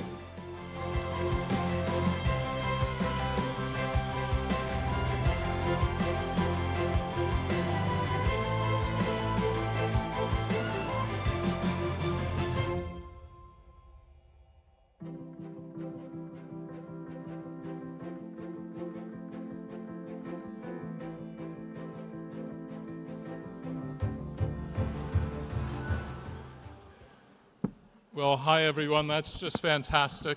And special thanks from those tables gathered around table 49 over there who made this possible. Thank you, colleagues. And thank you so much, Philip and Hugh and all at the bookseller for this wonderful evening. You've got three of us on stage. That's because I'm from California and it takes three of us to change a light bulb. So these are my mates. That was a joke, you're supposed to. Thank you. One of the main reasons we're here is thanks to this man, Ian Hudson, who arrived in our lives at Bloomsbury about four and a half years ago with a very clear vision and strategy, and I'm pleased to say also execution. So we have strengthened our wonderful list of authors to this point today. I am also deeply indebted to Kathleen Farrow, our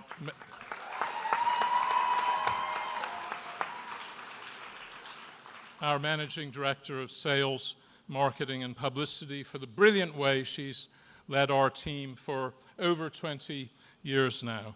Of course, we're here because of our wonderful Bloomsbury authors, some of whom are here in this room, and we're so grateful to you. And to our customers, there are many of you here, and thank you so much.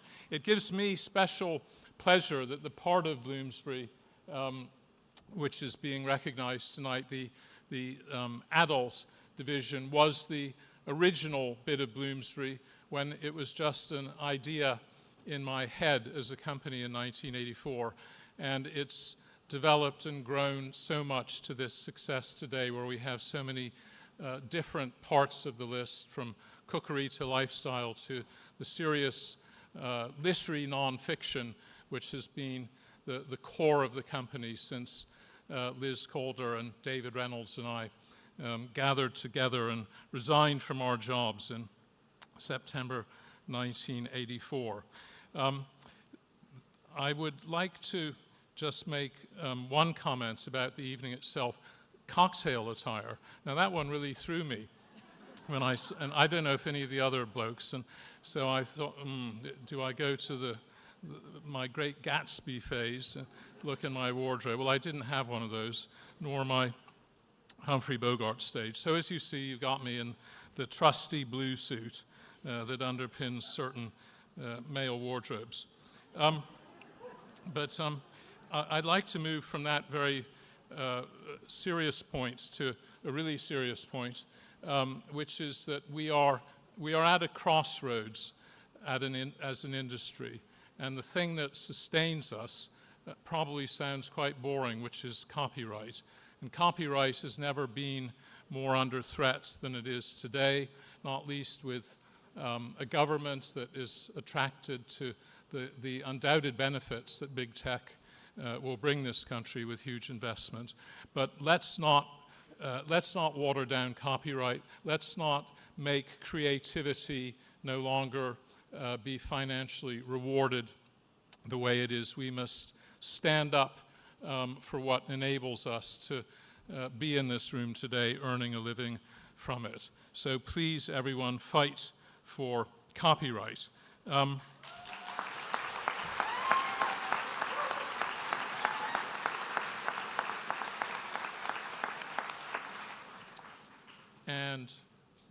that's it. Thank you so much.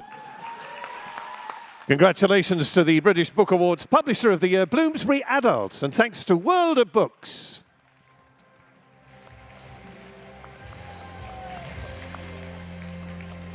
Well, that's it. Congratulations to all of tonight's winners. Thank you to our judges, presenters, sponsors, and partners. And thanks to our BSL interpreters, Jenny Hale and Lawrence Pass. To the Stereo Twins. Fantastic, fabulous. And to all of you, both in the room and also for those of you watching online. You can read more about this year's Nibbies winners in the Booksellers Awards supplement published tonight. And you can also hear from many of the shortlisted authors via the Nibbies podcast, as well as hear interviews with some of tonight's winners from the Nibbies studio in the coming weeks. Or even, why not head over to the Hay Literary Festival for a Nibbies salon at the end of the month. But details are all on the British Book Awards website. And look for the launch of a brand new award for audio, the Speaksies, which will be announced in June. Finally, wherever you are, we hope you are carrying on your celebrations. From Rhys and me, thank you all and good night. Take care. Ladies and gentlemen, Lauren Laverne and Rhys Stephenson.